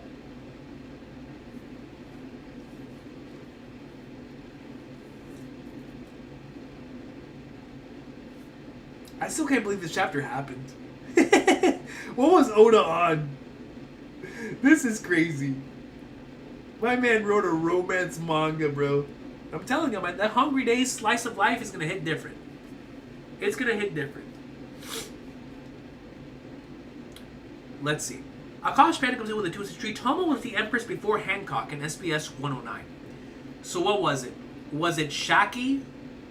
So was it Shaki, Gloriosa, Tritoma, and then Hancock? Is that the tree?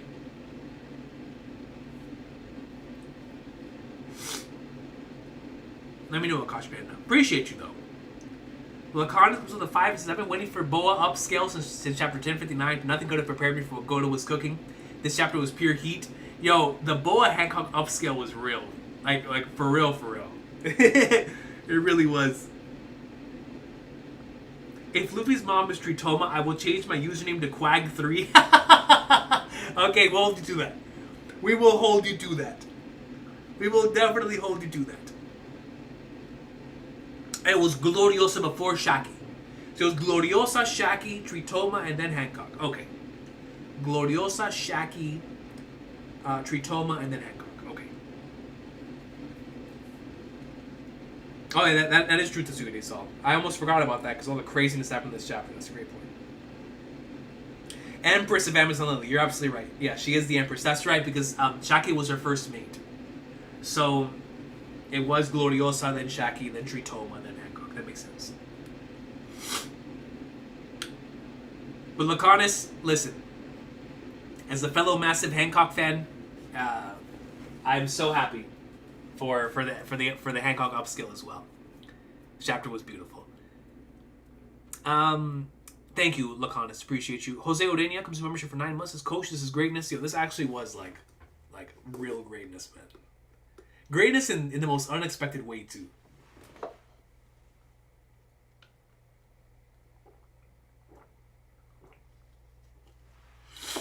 Ah, man, dude, this was goodness gracious. It really does feel like that dress is handed out to all empresses. That is true, Saint Gospel. Thank you, Jose Odenia. I appreciate you. Man, I feel like I've lost my voice. Thomas Fury comes with a 5 and says, as a former Bull Hancock hater, I'm going to have to switch up here. This upscale is legendary. You know Thomas Fury. I've actually talked about this before. My first go around in One Piece, I went from being... I loved Hancock, and then I went through a phase, especially when I first joined the community, where I was like, I don't want anything to do with Hancock. Like, I was for some reason, I was just done with her character. And it wasn't until I did a rewatch where I was like, man, I really rock with Hancock. I take back what I said. And I publicly apologize. I don't remember what One Piece reaction it was. But I apologize for the Hancock slander I'd been doing up until that point. And then I watched Stampede, and she really became like one of my favorite characters. For sure. So I'm right. I understand Thomas Fury.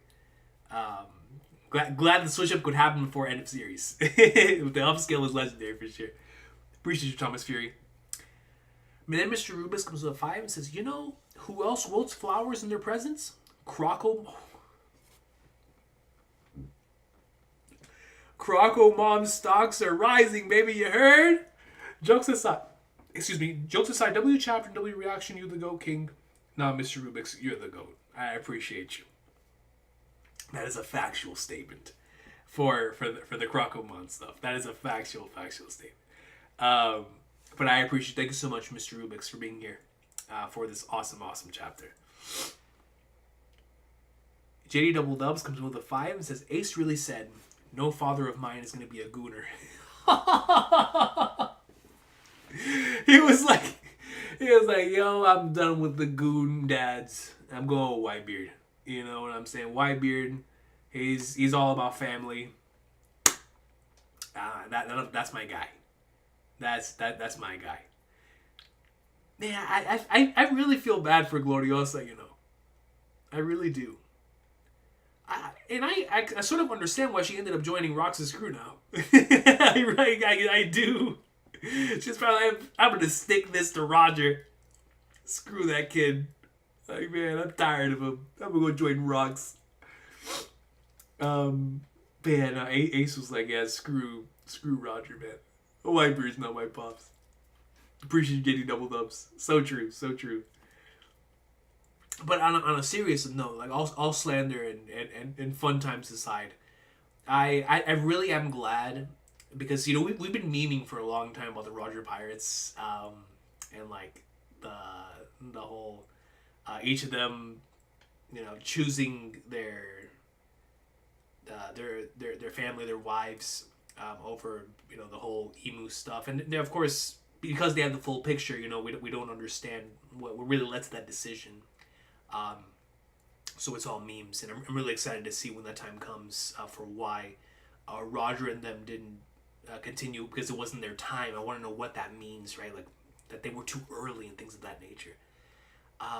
But for Roger specifically, I found it to be so. I always find it to be cool when legends are just shown to be regular people, and so to be able to see that. Through Roger and because this is the future king of the pirates, bro. Just being a dude. I mean, he's probably in his early 20s here, being just a regular dude, just with the rest of his crew. And I just found that to be so cool to see because you know this is a larger than life individual who is the future king of the pirates, but he had his start like everyone else. And I find that to be super, super dope. It's like really, really dope. Also, definitely a fan of Tifa Lockhart, but it was just a really cool. Roger for sure would have been the type of dude to grow up with a Tifa poster. God bless him for that. God bless him. But it's just so cool to see those types of legendary characters be humanized in such a way, which is fascinating to me. Thank you, JD Double Loves. Appreciate you. Akash Panda comes in with a 2 and says, Mato is the current bartender. Oh, is she really? Chapter 1076. I know I have the volume back there, but since I already have this here, let me go to Viz. Chapter 1076.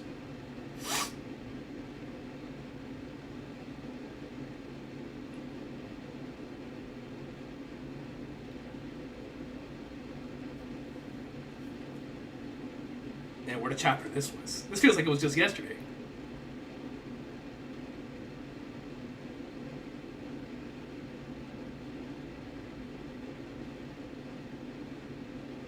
Oh, wow.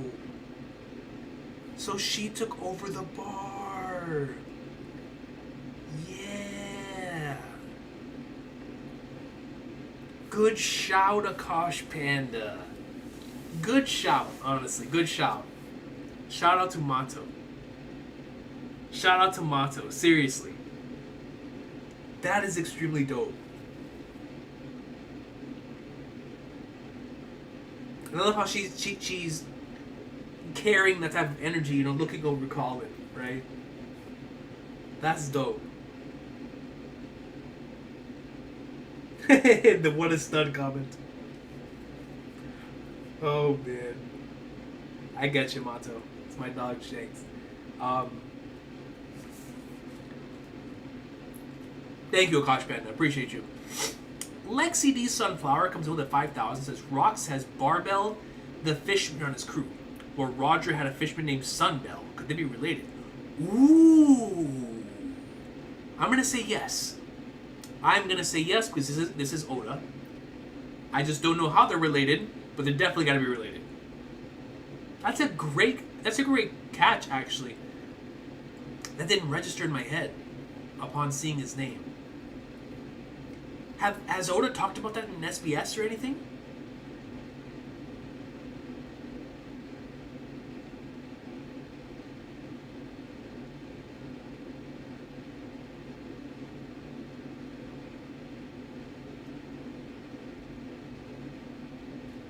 It was in an SBS, Wick City? Let me know which SBS that is.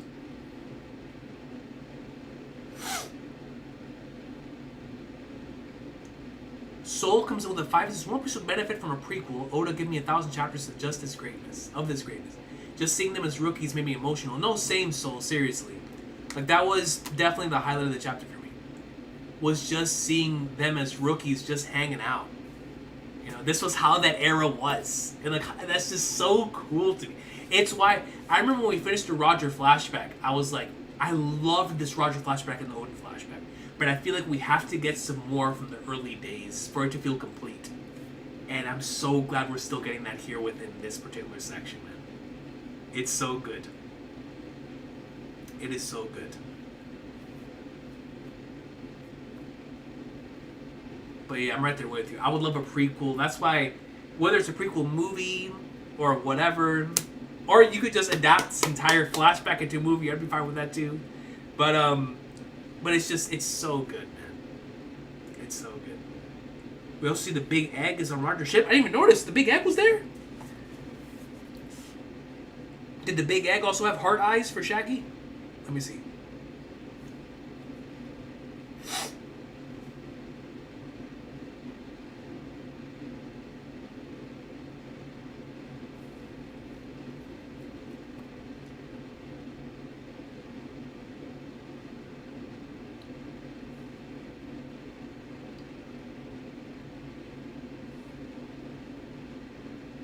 It is the egg! I see it! Bro, what is this egg? He had it this early on in his journey. What is the egg?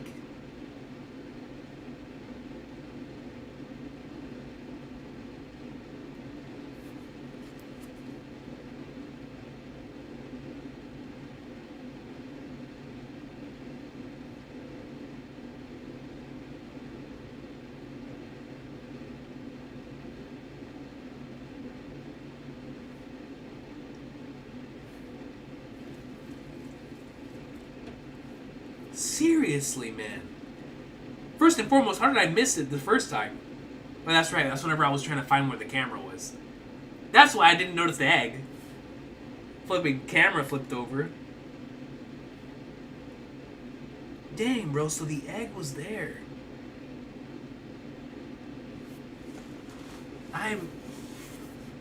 It's Condoriano. That's facts.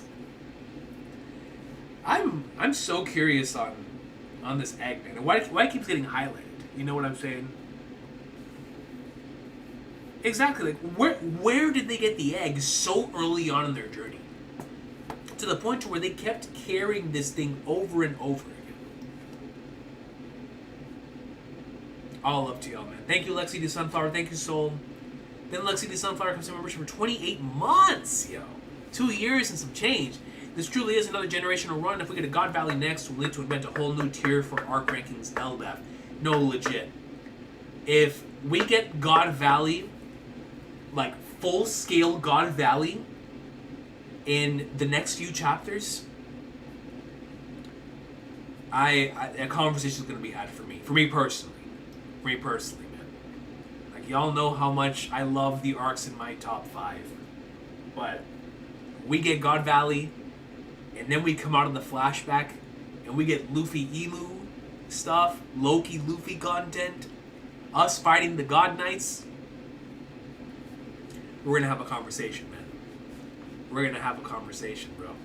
For goatest arcs in One Piece, man. Because LBAF is already that. It's already up there, man. Like, I can't. This arc, if I get God Valley in this in like for real, like actual God Valley, like we stay there and we see what actually happened there, we're looking at, until the Void Century happens, the best stuff in the series, man.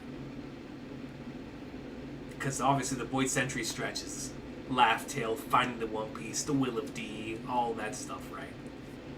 But my God, bro, a stretch with all this, crazy stuff, man. Thank you, Lexi D. Sunflower. Josh Pointer goes with a 5. I apologize, by the way, for the voice. I'm starting. It's almost gone. But I'll try to keep it going. Josh Pointer goes with a 5 and says, last panel, how on God's earth did the Rock's crew lose? Emu had to be involved. Also, I like how Oda is showing the new side of Roger and his crew. Me too, bro. Me too. I really love how Oda is showing this new side of Roger and his crew. That's been hinted at for so long. But it's just so cool to see it on full display.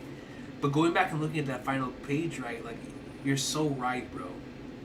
I mean, truly. Even if it was against Roger and Garp, it's like you can just tell that some Emu shenanigans had to have happened. Because, I mean, just look at this crew, bro. The most stacked crew ever. Bro, he has 3 emperors, 3 future emperors on the same ship. Nasty. Nasty, nasty, nasty, man. Unbelievable. Crazy. It had to be Emu shenanigans, or Roger and Garp's, and Roger and Garp are really them. Or they didn't have the power of friendship. That's a great point, Vector. Actually, that might be it. They didn't have the power of friendship, and therefore they were unable to succeed. That might actually be the real answer to all this.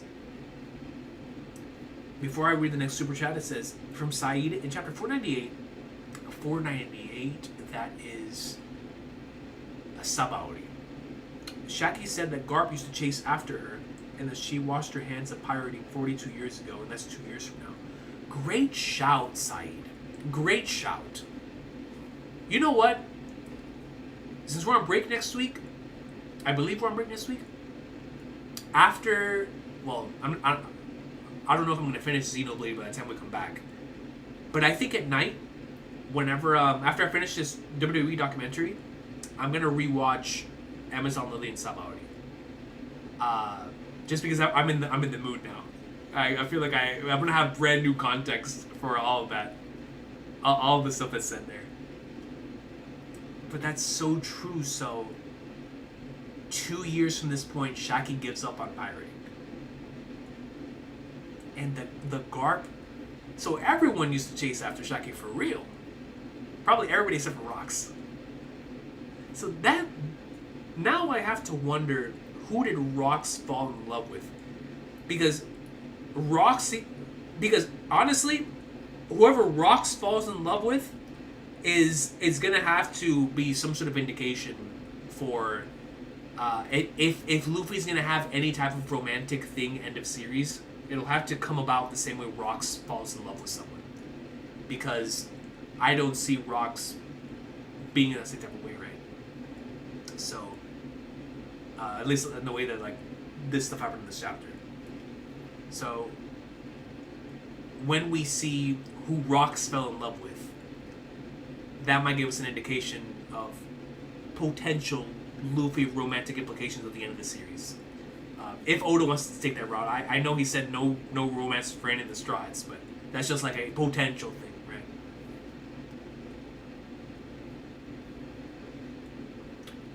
JD Kurtz comes in with a 2 and says, "Rarely indifference to baddies equals Zoro upscale." Everyone got upscale in this chapter. Everyone got upscale in this chapter. It's crazy. It's actually crazy. This flashback is changing the entire series, bro. A straight upscale. Thank you, JD Kurtz. Kosh Bennett comes in with a 2 and says, "Tritoma isn't Luffy's mom. Amazonians only birth girls." Ooh. That is something. See, that's why I need to rewatch Amazon Lily again, man. That's a good shout. That's actually a fantastic shout. That was stated in that arc. Absolutely. Well, new thing. Marigold is Tritoma's daughter. You know what I'm saying? Someone. She gave birth to someone. She gave birth to someone, man. God, man. Insane. Like, I never in a million years would have expected a chapter like this in this flashback. With how crazy it's been, for us to get a really fun chapter like this is just a great palate cleanser. While also being extremely hype. Like, it was such a hype chapter too.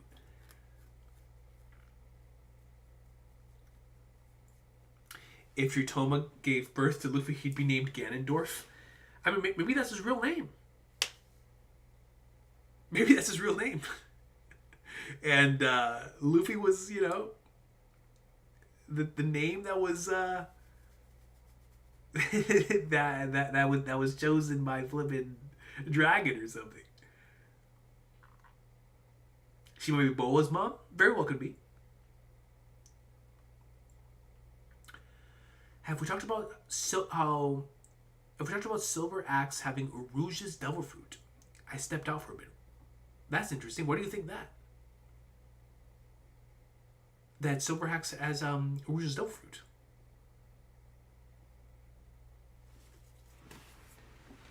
Let me actually go back and look at Silver Axe's introduction here.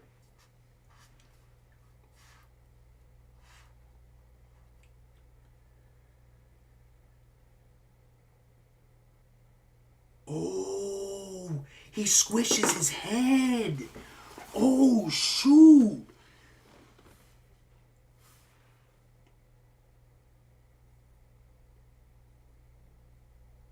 And the massive size of his body.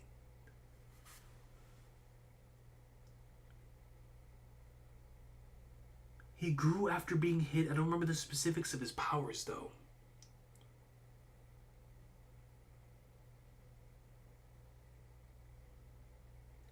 I didn't even think about that. So if you're spitting on that, that's actually pretty cool.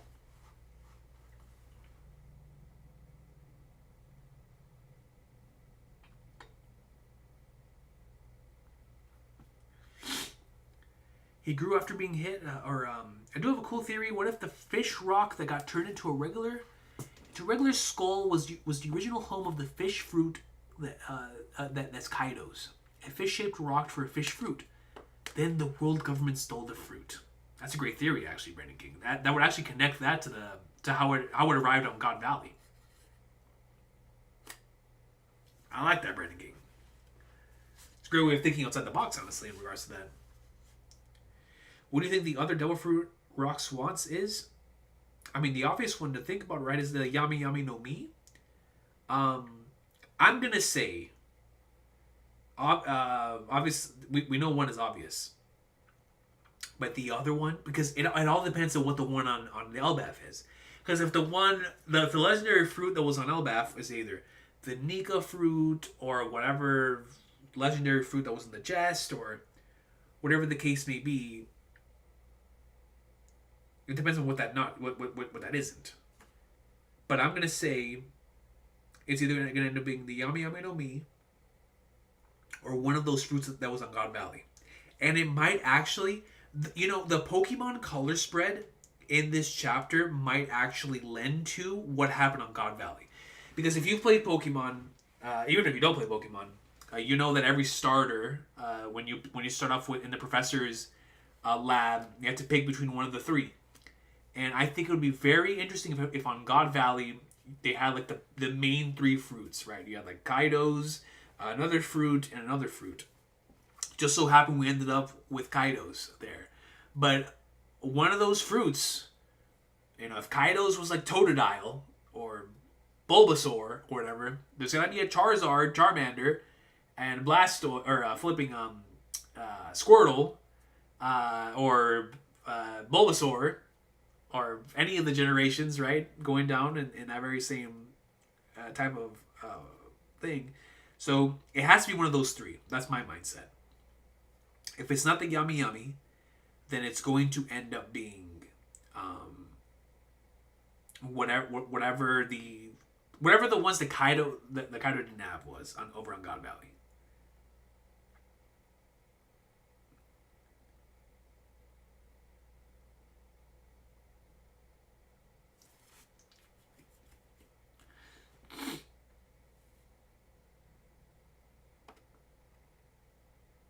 Just like Shaggy Crocodile also Oh crap, I don't see it. Crocodile also wilted flowers. What does it mean for the Croco Mom agenda? Its stocks are probably the highest they've ever been. Honestly. Can we talk about Admiral Zephyr and the way Silver Axe is kind of built like that, man? Just being a teching merchant? Shout out to teching, yo. Yeah, legit. Zephyr really is built like him, isn't he? He even has the glasses.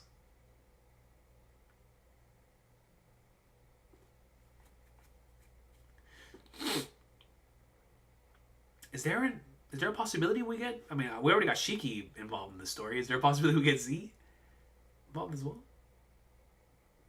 Oh, let me translate this. Let me translate this, and I'll read the super chat right here. NL was a Pokemon Yellow player. That's facts. My man has the Goro Goro no Mi. That is a factual statement, yo. He played the special Pokemon, the Pikachu edition.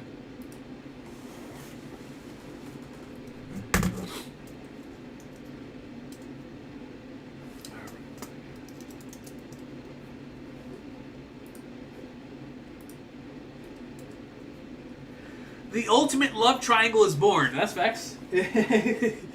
Which may explain why Gloriosa recognized Luffy as the one who inherited Roger's will. The relationship between Roger and Garp was more than just a rivalry. Before his execution, Roger trusted Ace with Garp's care. How did Roger marry Portgas de Rouge? And why did his son take the name Portgas, hiding Roger's name and being destined for the will of Dean? So let's break this down. The Gloriosa recognizing Luffy 100%. That connection to Roger. So interesting. I can't wait to rewatch Amazon Lily now with that context and all of the Granny Neon and Hancock interactions. So excited for that. The relationship between Roger and Garp was more than just a rivalry. That for me is probably my favorite aspect of that dynamic, right? Is that it really was more than just the on-site rivalry that they had. Like you said, being entrusting of Ace to Garp's care. But how did Roger marry Portgas de Rouge? You know what it makes me feel? It makes me feel like upon reaching the One Piece, when they all separated after, I don't know what the time frame would be, but it almost feels like after reaching the One Piece,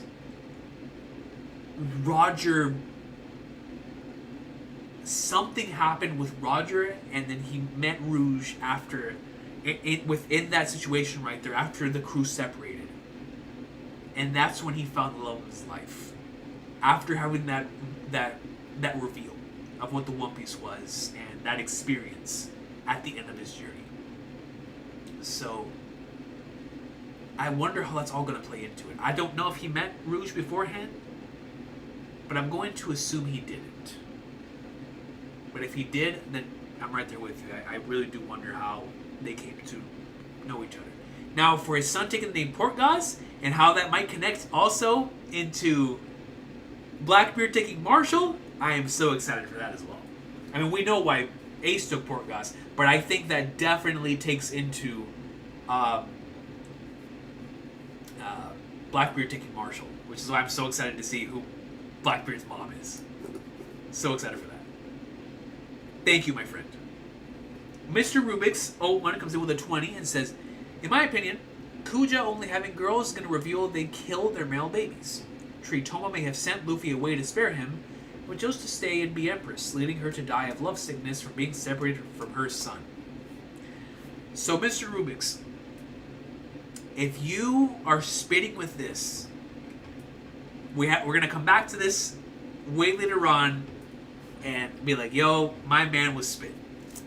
Because that would imply that Luffy had a flipping Moses-esque birth where they were about to take my man's out and she had to ship him off on like a thing where a barrel at sea to go pop up somewhere, which would be crazy, honestly. But that would mean that Luffy and Loki aren't that far apart. You know what I'm saying? I've been playing Gen 1 and 2 like crazy lately. I'm finally gonna catch them all. I have 68 caught in red version and 210 caught in crystal version. Yeah. Still have that one. Goated game, man. Goated game, my friend. I don't have a copy of Red anymore, but I'll never let go of this. This was my first Pokemon game, so it will always be special to me. Shout out to Pokemon Crystal, man. Oh, you want to go 4K for Pokemon Crystal, but not for the stream? Is that how you are, camera? Is that how you feel? Look at how HD quality that is. Oh, that's a little blurry now. My bad, camera. I didn't mean it. But that is awesome, Quag 2 or Quag 3. But that is awesome. I appreciate you, Quag 2, for sharing that, because that is super cool. That is honestly super cool.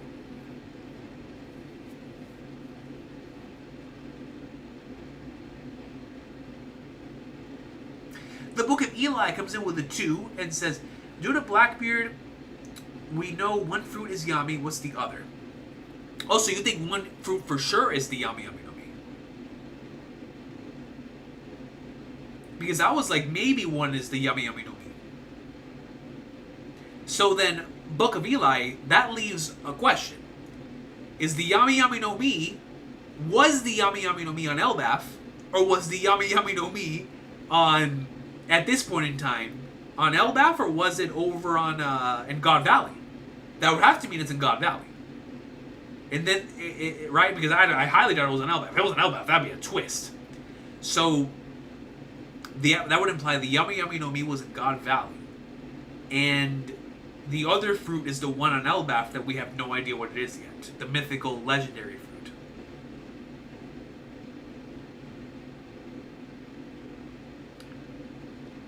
Yeah, no, shout out to Pokemon Crystal, yo. Great game. Great game. So many memories. Archer pulled an endeavor. He was looking for a woman with the will of D to have a son with, so he could find the One Piece. He pulling an endeavor is nuts. I see the parallel, though. I really do see the parallel.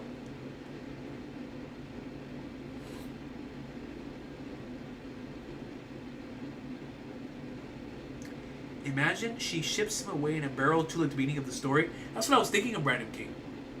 Like just putting him in a barrel and shipping him off. The moment, just like when the story started.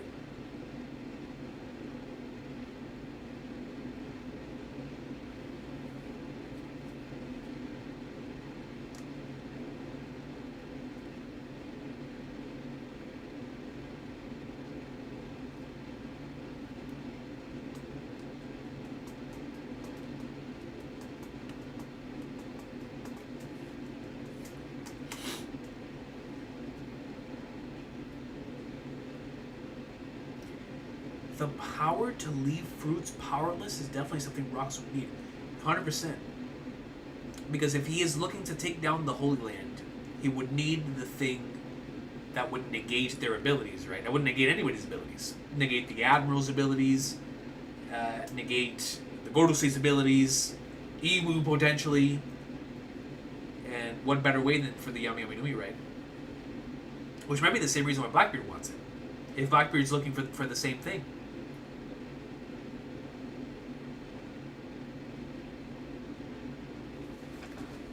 Eamon Kamal. I'm glad you're able to find the page. Appreciate you. Thank you so much for stopping by.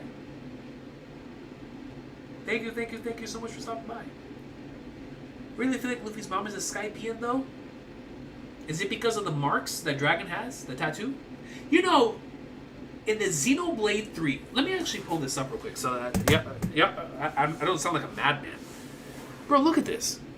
This is what I've been talking about, that I can't, every time I play this game, or I play this franchise, I can't stop thinking about One Piece. Bro, look at this, bro. Let me show you all the title screen for Xenoblade 3. Look at this.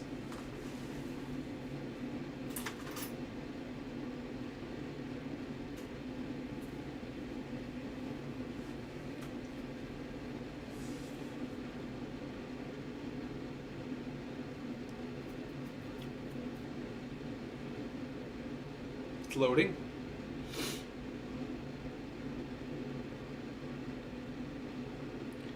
Bro, look at the 3.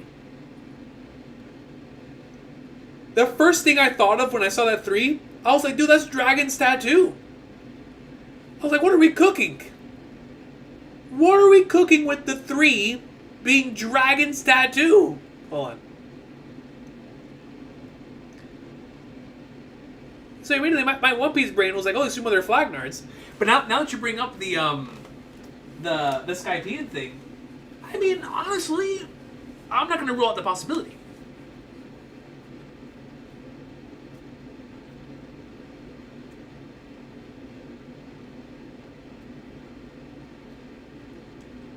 Coach, what do you think of Mega Dragonite?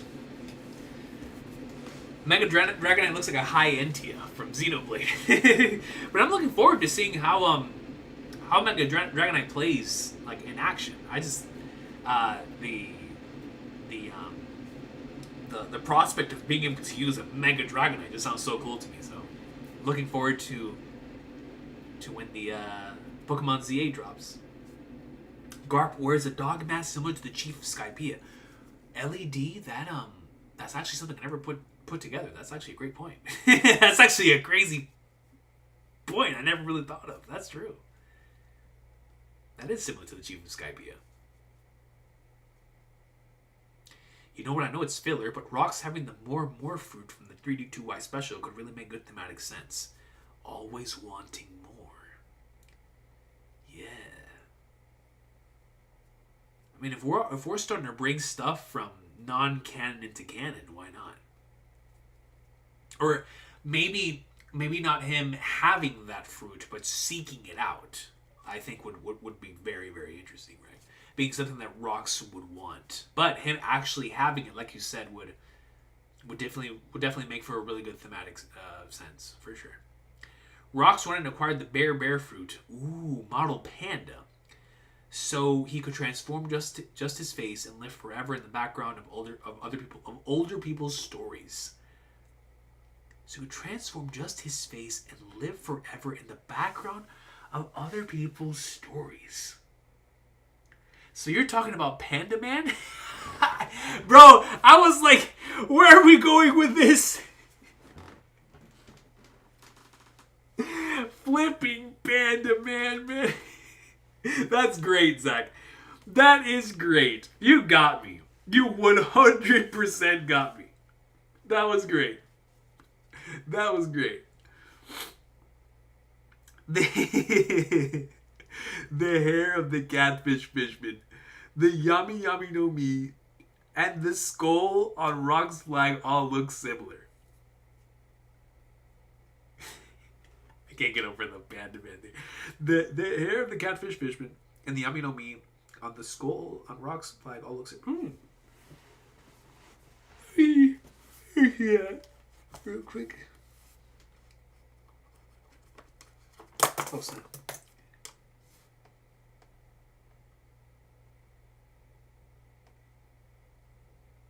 Oh, yeah, you're right. The O does have the hair. Yeah, interesting.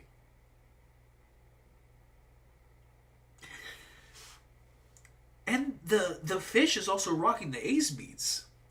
The barbell, the catfish fishman, is also rocking the ace beads. I'm not saying that just Ace can wear them, but I think that's also very interesting. But yeah, you're right. The hair is definitely on the skull. For sure.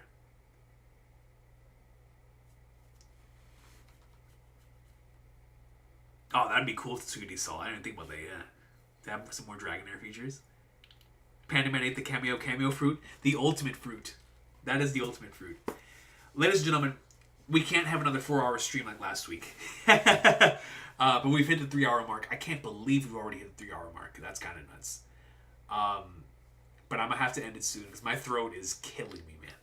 This chapter was so flipping fun that my voice is gone for the second straight week in a row. Which is just fantastic. But what a fun stream. We had a great time.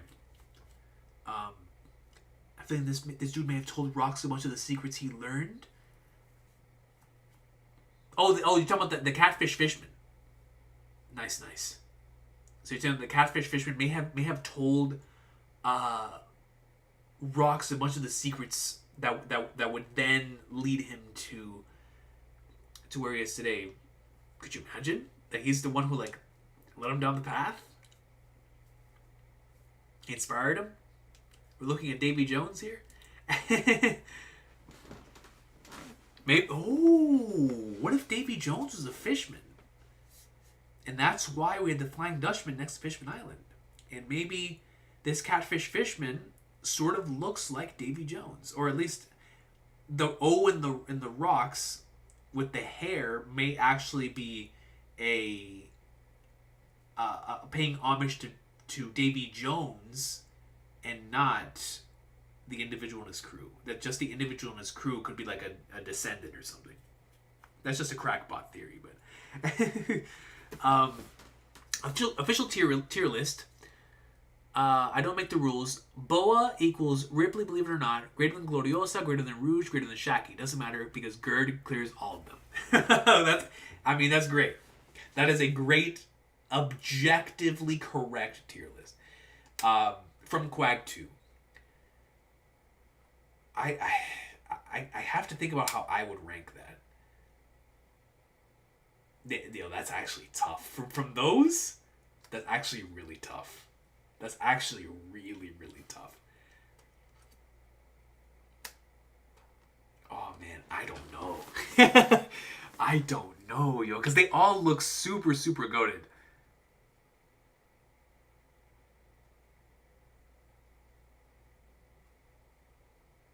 Yo, I'm not going to lie. The Shaki hype got me, though. The Shaki hype got me.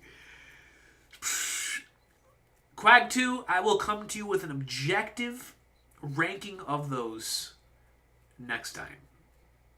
Remind me next time in a comment for me to give you the objective ranking of those very same characters, and I will get you.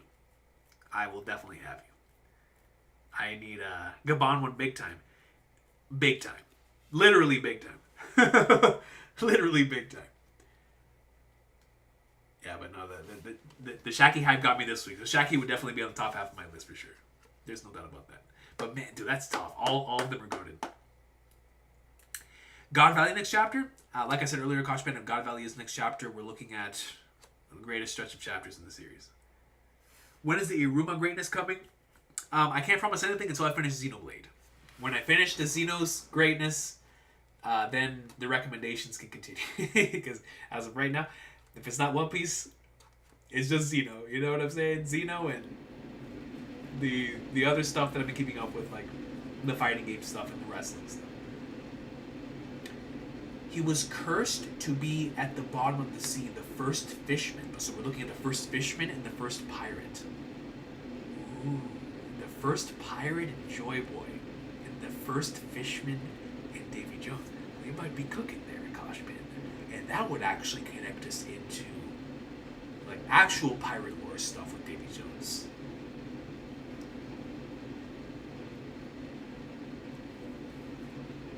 Recon, love you, man. Jesus is with you, my brother. Amen, brother. Amen. I truly appreciate you. You have no idea how much that means to me. Thank you, man. God bless you as well, brother. God bless you as well. Thank you, Ocean Flan. Seriously.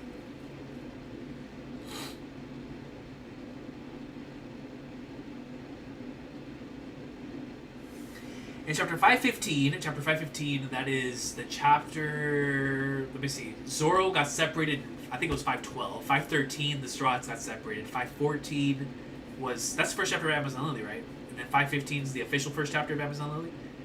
This is the women only, yeah, there it is. This is the women only island Amazon Lily, where no men are allowed. Occasionally, those who venture out to the outside world return pregnant, but the strange thing, that is what they say in the chapter, don't they? They venture out, and they come back pregnant.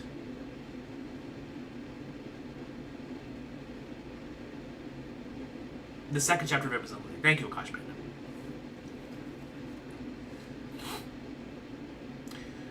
What do you think when the One Piece is going to end in next 5 years or 10?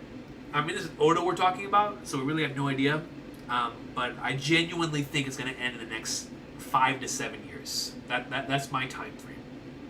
But because of Oda, the breaks, him having fun and just leading to extension of ideas and stuff like that, a safe bet really is 5 to 8 years. But somewhere there, definitely somewhere there. Because I think Oda definitely wants to finish in the next decade. From 2025 to 2035, he wants to finish the series. I honestly do think so. So somewhere, and when you realistically think about it, Elbaf. Next is, what is it? Lodestar, Laugh Tale, Holy Land, Final War. You know, like, I mean, we only have so much left. So I am finally King Recon Standard Time. Yo, Vortex, what's good, bro?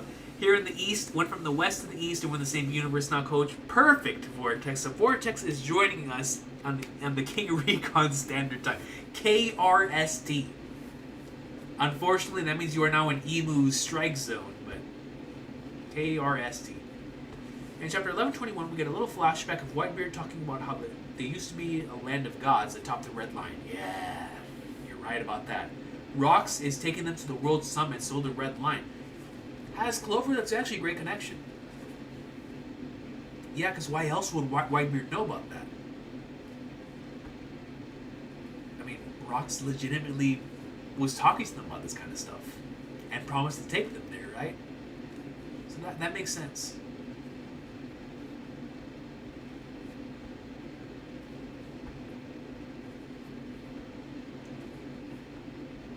Theory is that Jotoma fell for Dragon, had his child, realized it was a boy, then died of love sickness because she couldn't return to him as a Lily with Luffy, couldn't be with Dragon either. So, and love sickness in a different type of way, just like we talked about a little earlier. It could be the case, Red, if we are sticking with the Jotoma thing. OP ending in 2032, nice 35-year run. 2032, that's 7 years. See it? Yeah, true that, Jody list. Yeah, he goes from like normal size, and then he crushes. He's giant size at that point too. Yeah.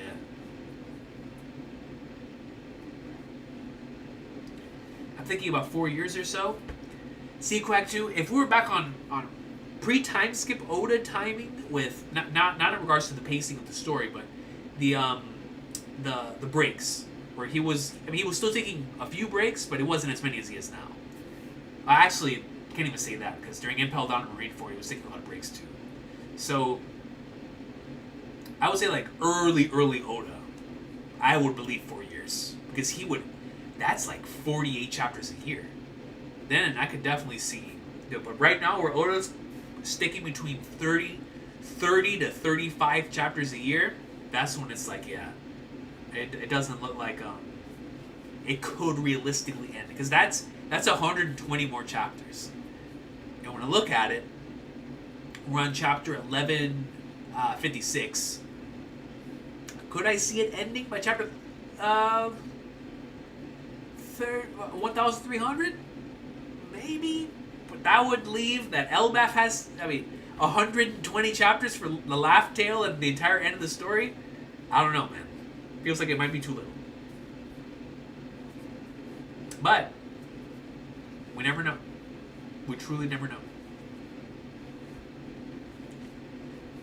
But I truly do believe Oda wants to end it soon. So it has to be somewhere within the next decade, for sure.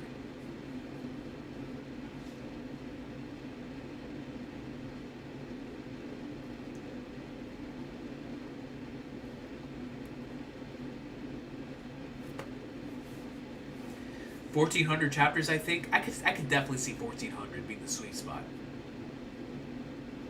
And that Dragon flashback, so I can finally see Toddler and Luffy. It's incoming. I'll never forget that interview I always talk about here, where he said that when the revs and the Garb stuff starts happening in the story, that's when we'll find out like the backstory of Luffy. We already saw the Garb stuff.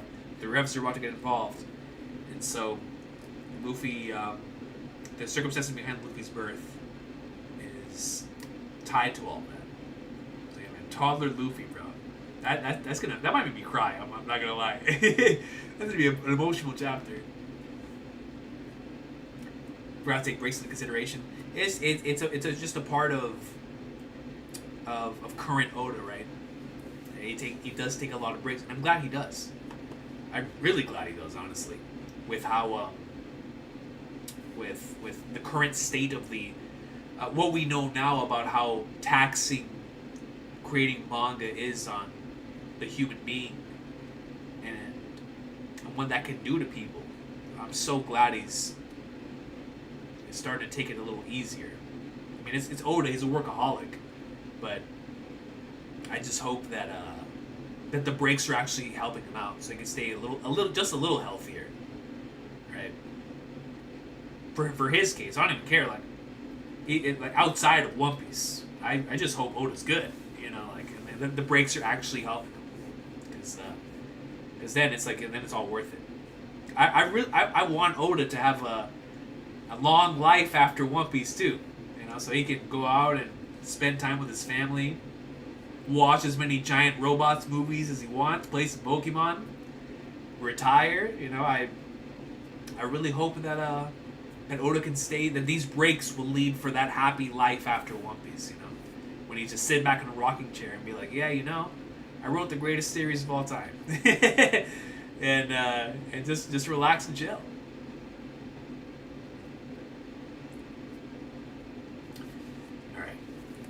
All right, y'all. Before this stream continues any longer, I do have to end it. I definitely have to end it. So, I cannot physically comprehend the pressure of writing and drawing an Omega popular manga series nearly every week of your life. Especially when it's like the thing that is single-handedly carrying the magazine. It's not to say, obviously, y'all know how much I love the other series in the magazine. Like, I love Akane Banashi, I love Blue Box, I love Kagurabachi, rock with Hima 10. You know, I rock with a lot of series in this magazine, but I'm talking about in terms of like pure like popularity. It's been like that for a while, and so I can only imagine how much pressure is on that man's shoulders to deliver, right? So it's got to be a lot. It's definitely got to be a lot.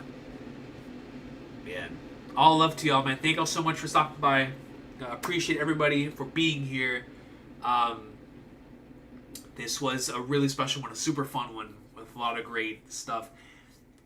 Looking like there's not a chapter next week, but even if there's not a chapter next week, apparently we're getting a new opening and ending next week, so that will serve as some sort of substitute, I guess, for that. Because Akash Panda, right? Next week is the new opening and ending. So if next week is a new opening and ending, we'll definitely be here for that. Can't wait, dude. Because I loved the Jewelry Bonnie and Kuma opening and ending. So whatever they have cooking for the second half of Elbaf opening and ending, that thing's gonna be crazy. Because the first Egghead, did I say Elbaf? The first Egghead opening was peak. I loved it. Then the second Egghead opening is, just phenomenal. Phenomenal. Both of them are super good. So I wonder how the third one's gonna be. August 10th. Okay, so it's going to be August 10th. Wait, when is One Piece Day? Before I close the stream. When is One Piece Day next week?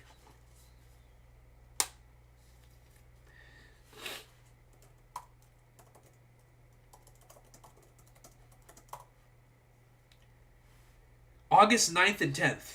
Okay, so, or 10th and 11th. Or 9th and 10th. So... Oh, that's true. The last Wano opening was peak. That's actually a good point. That's actually a great point. Literally peak, and it's called peak. So August 9th and 10th for One Piece Day, and that is... What day of the week is that?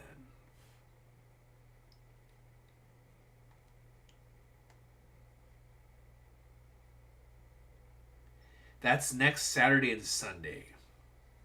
Okay. Whoops. That's gonna be two. So we'll see what we do this year then for One Piece Day. Y'all, Akash Panda, keep me updated on anything that's announced and whether it will be worth a reaction this year. for One Piece Day. If not, then I will just I'll just react to the opening and whatever information and news we'll cover it in a video or something. So just keep me updated, y'all, on the One Piece Day stuff and whether we should do a stream like last year and almost get our channel taken out because we react to the top 15 voted One Piece episodes. But we'll see. We'll see what happens. Oh man, I can't wait for the Elbaf openings as Clover. That's gonna be goated. Oh, Quag 2, that last Kuma episode was peak, yo. It was peak. We might get the live action trailer One Piece Day. Oh, Izzy and thing. That's a great point. That might be the day that we get the live. Oh yeah, that is when we get the live action reveal. I do remember that because we were here live for that. For the original live action reveal. Need Vinland Saga opening vibes for that. The Skyrim theme. Oh, that'd be peak. All right, y'all. Make a new channel for it. Dude, you know what? One of these days, that might actually be the move. Just for these types of streams. So the channel doesn't get taken out. But alright, y'all. Y'all have a blessed one. Take care. Awesome stream. Hey, man, listen. I can't blame Roger. Well, actually, I do blame Roger. Roger? Don't do my girl Gloriosa like that. What's wrong with you, dog? What's wrong with you? What are we doing out here, man?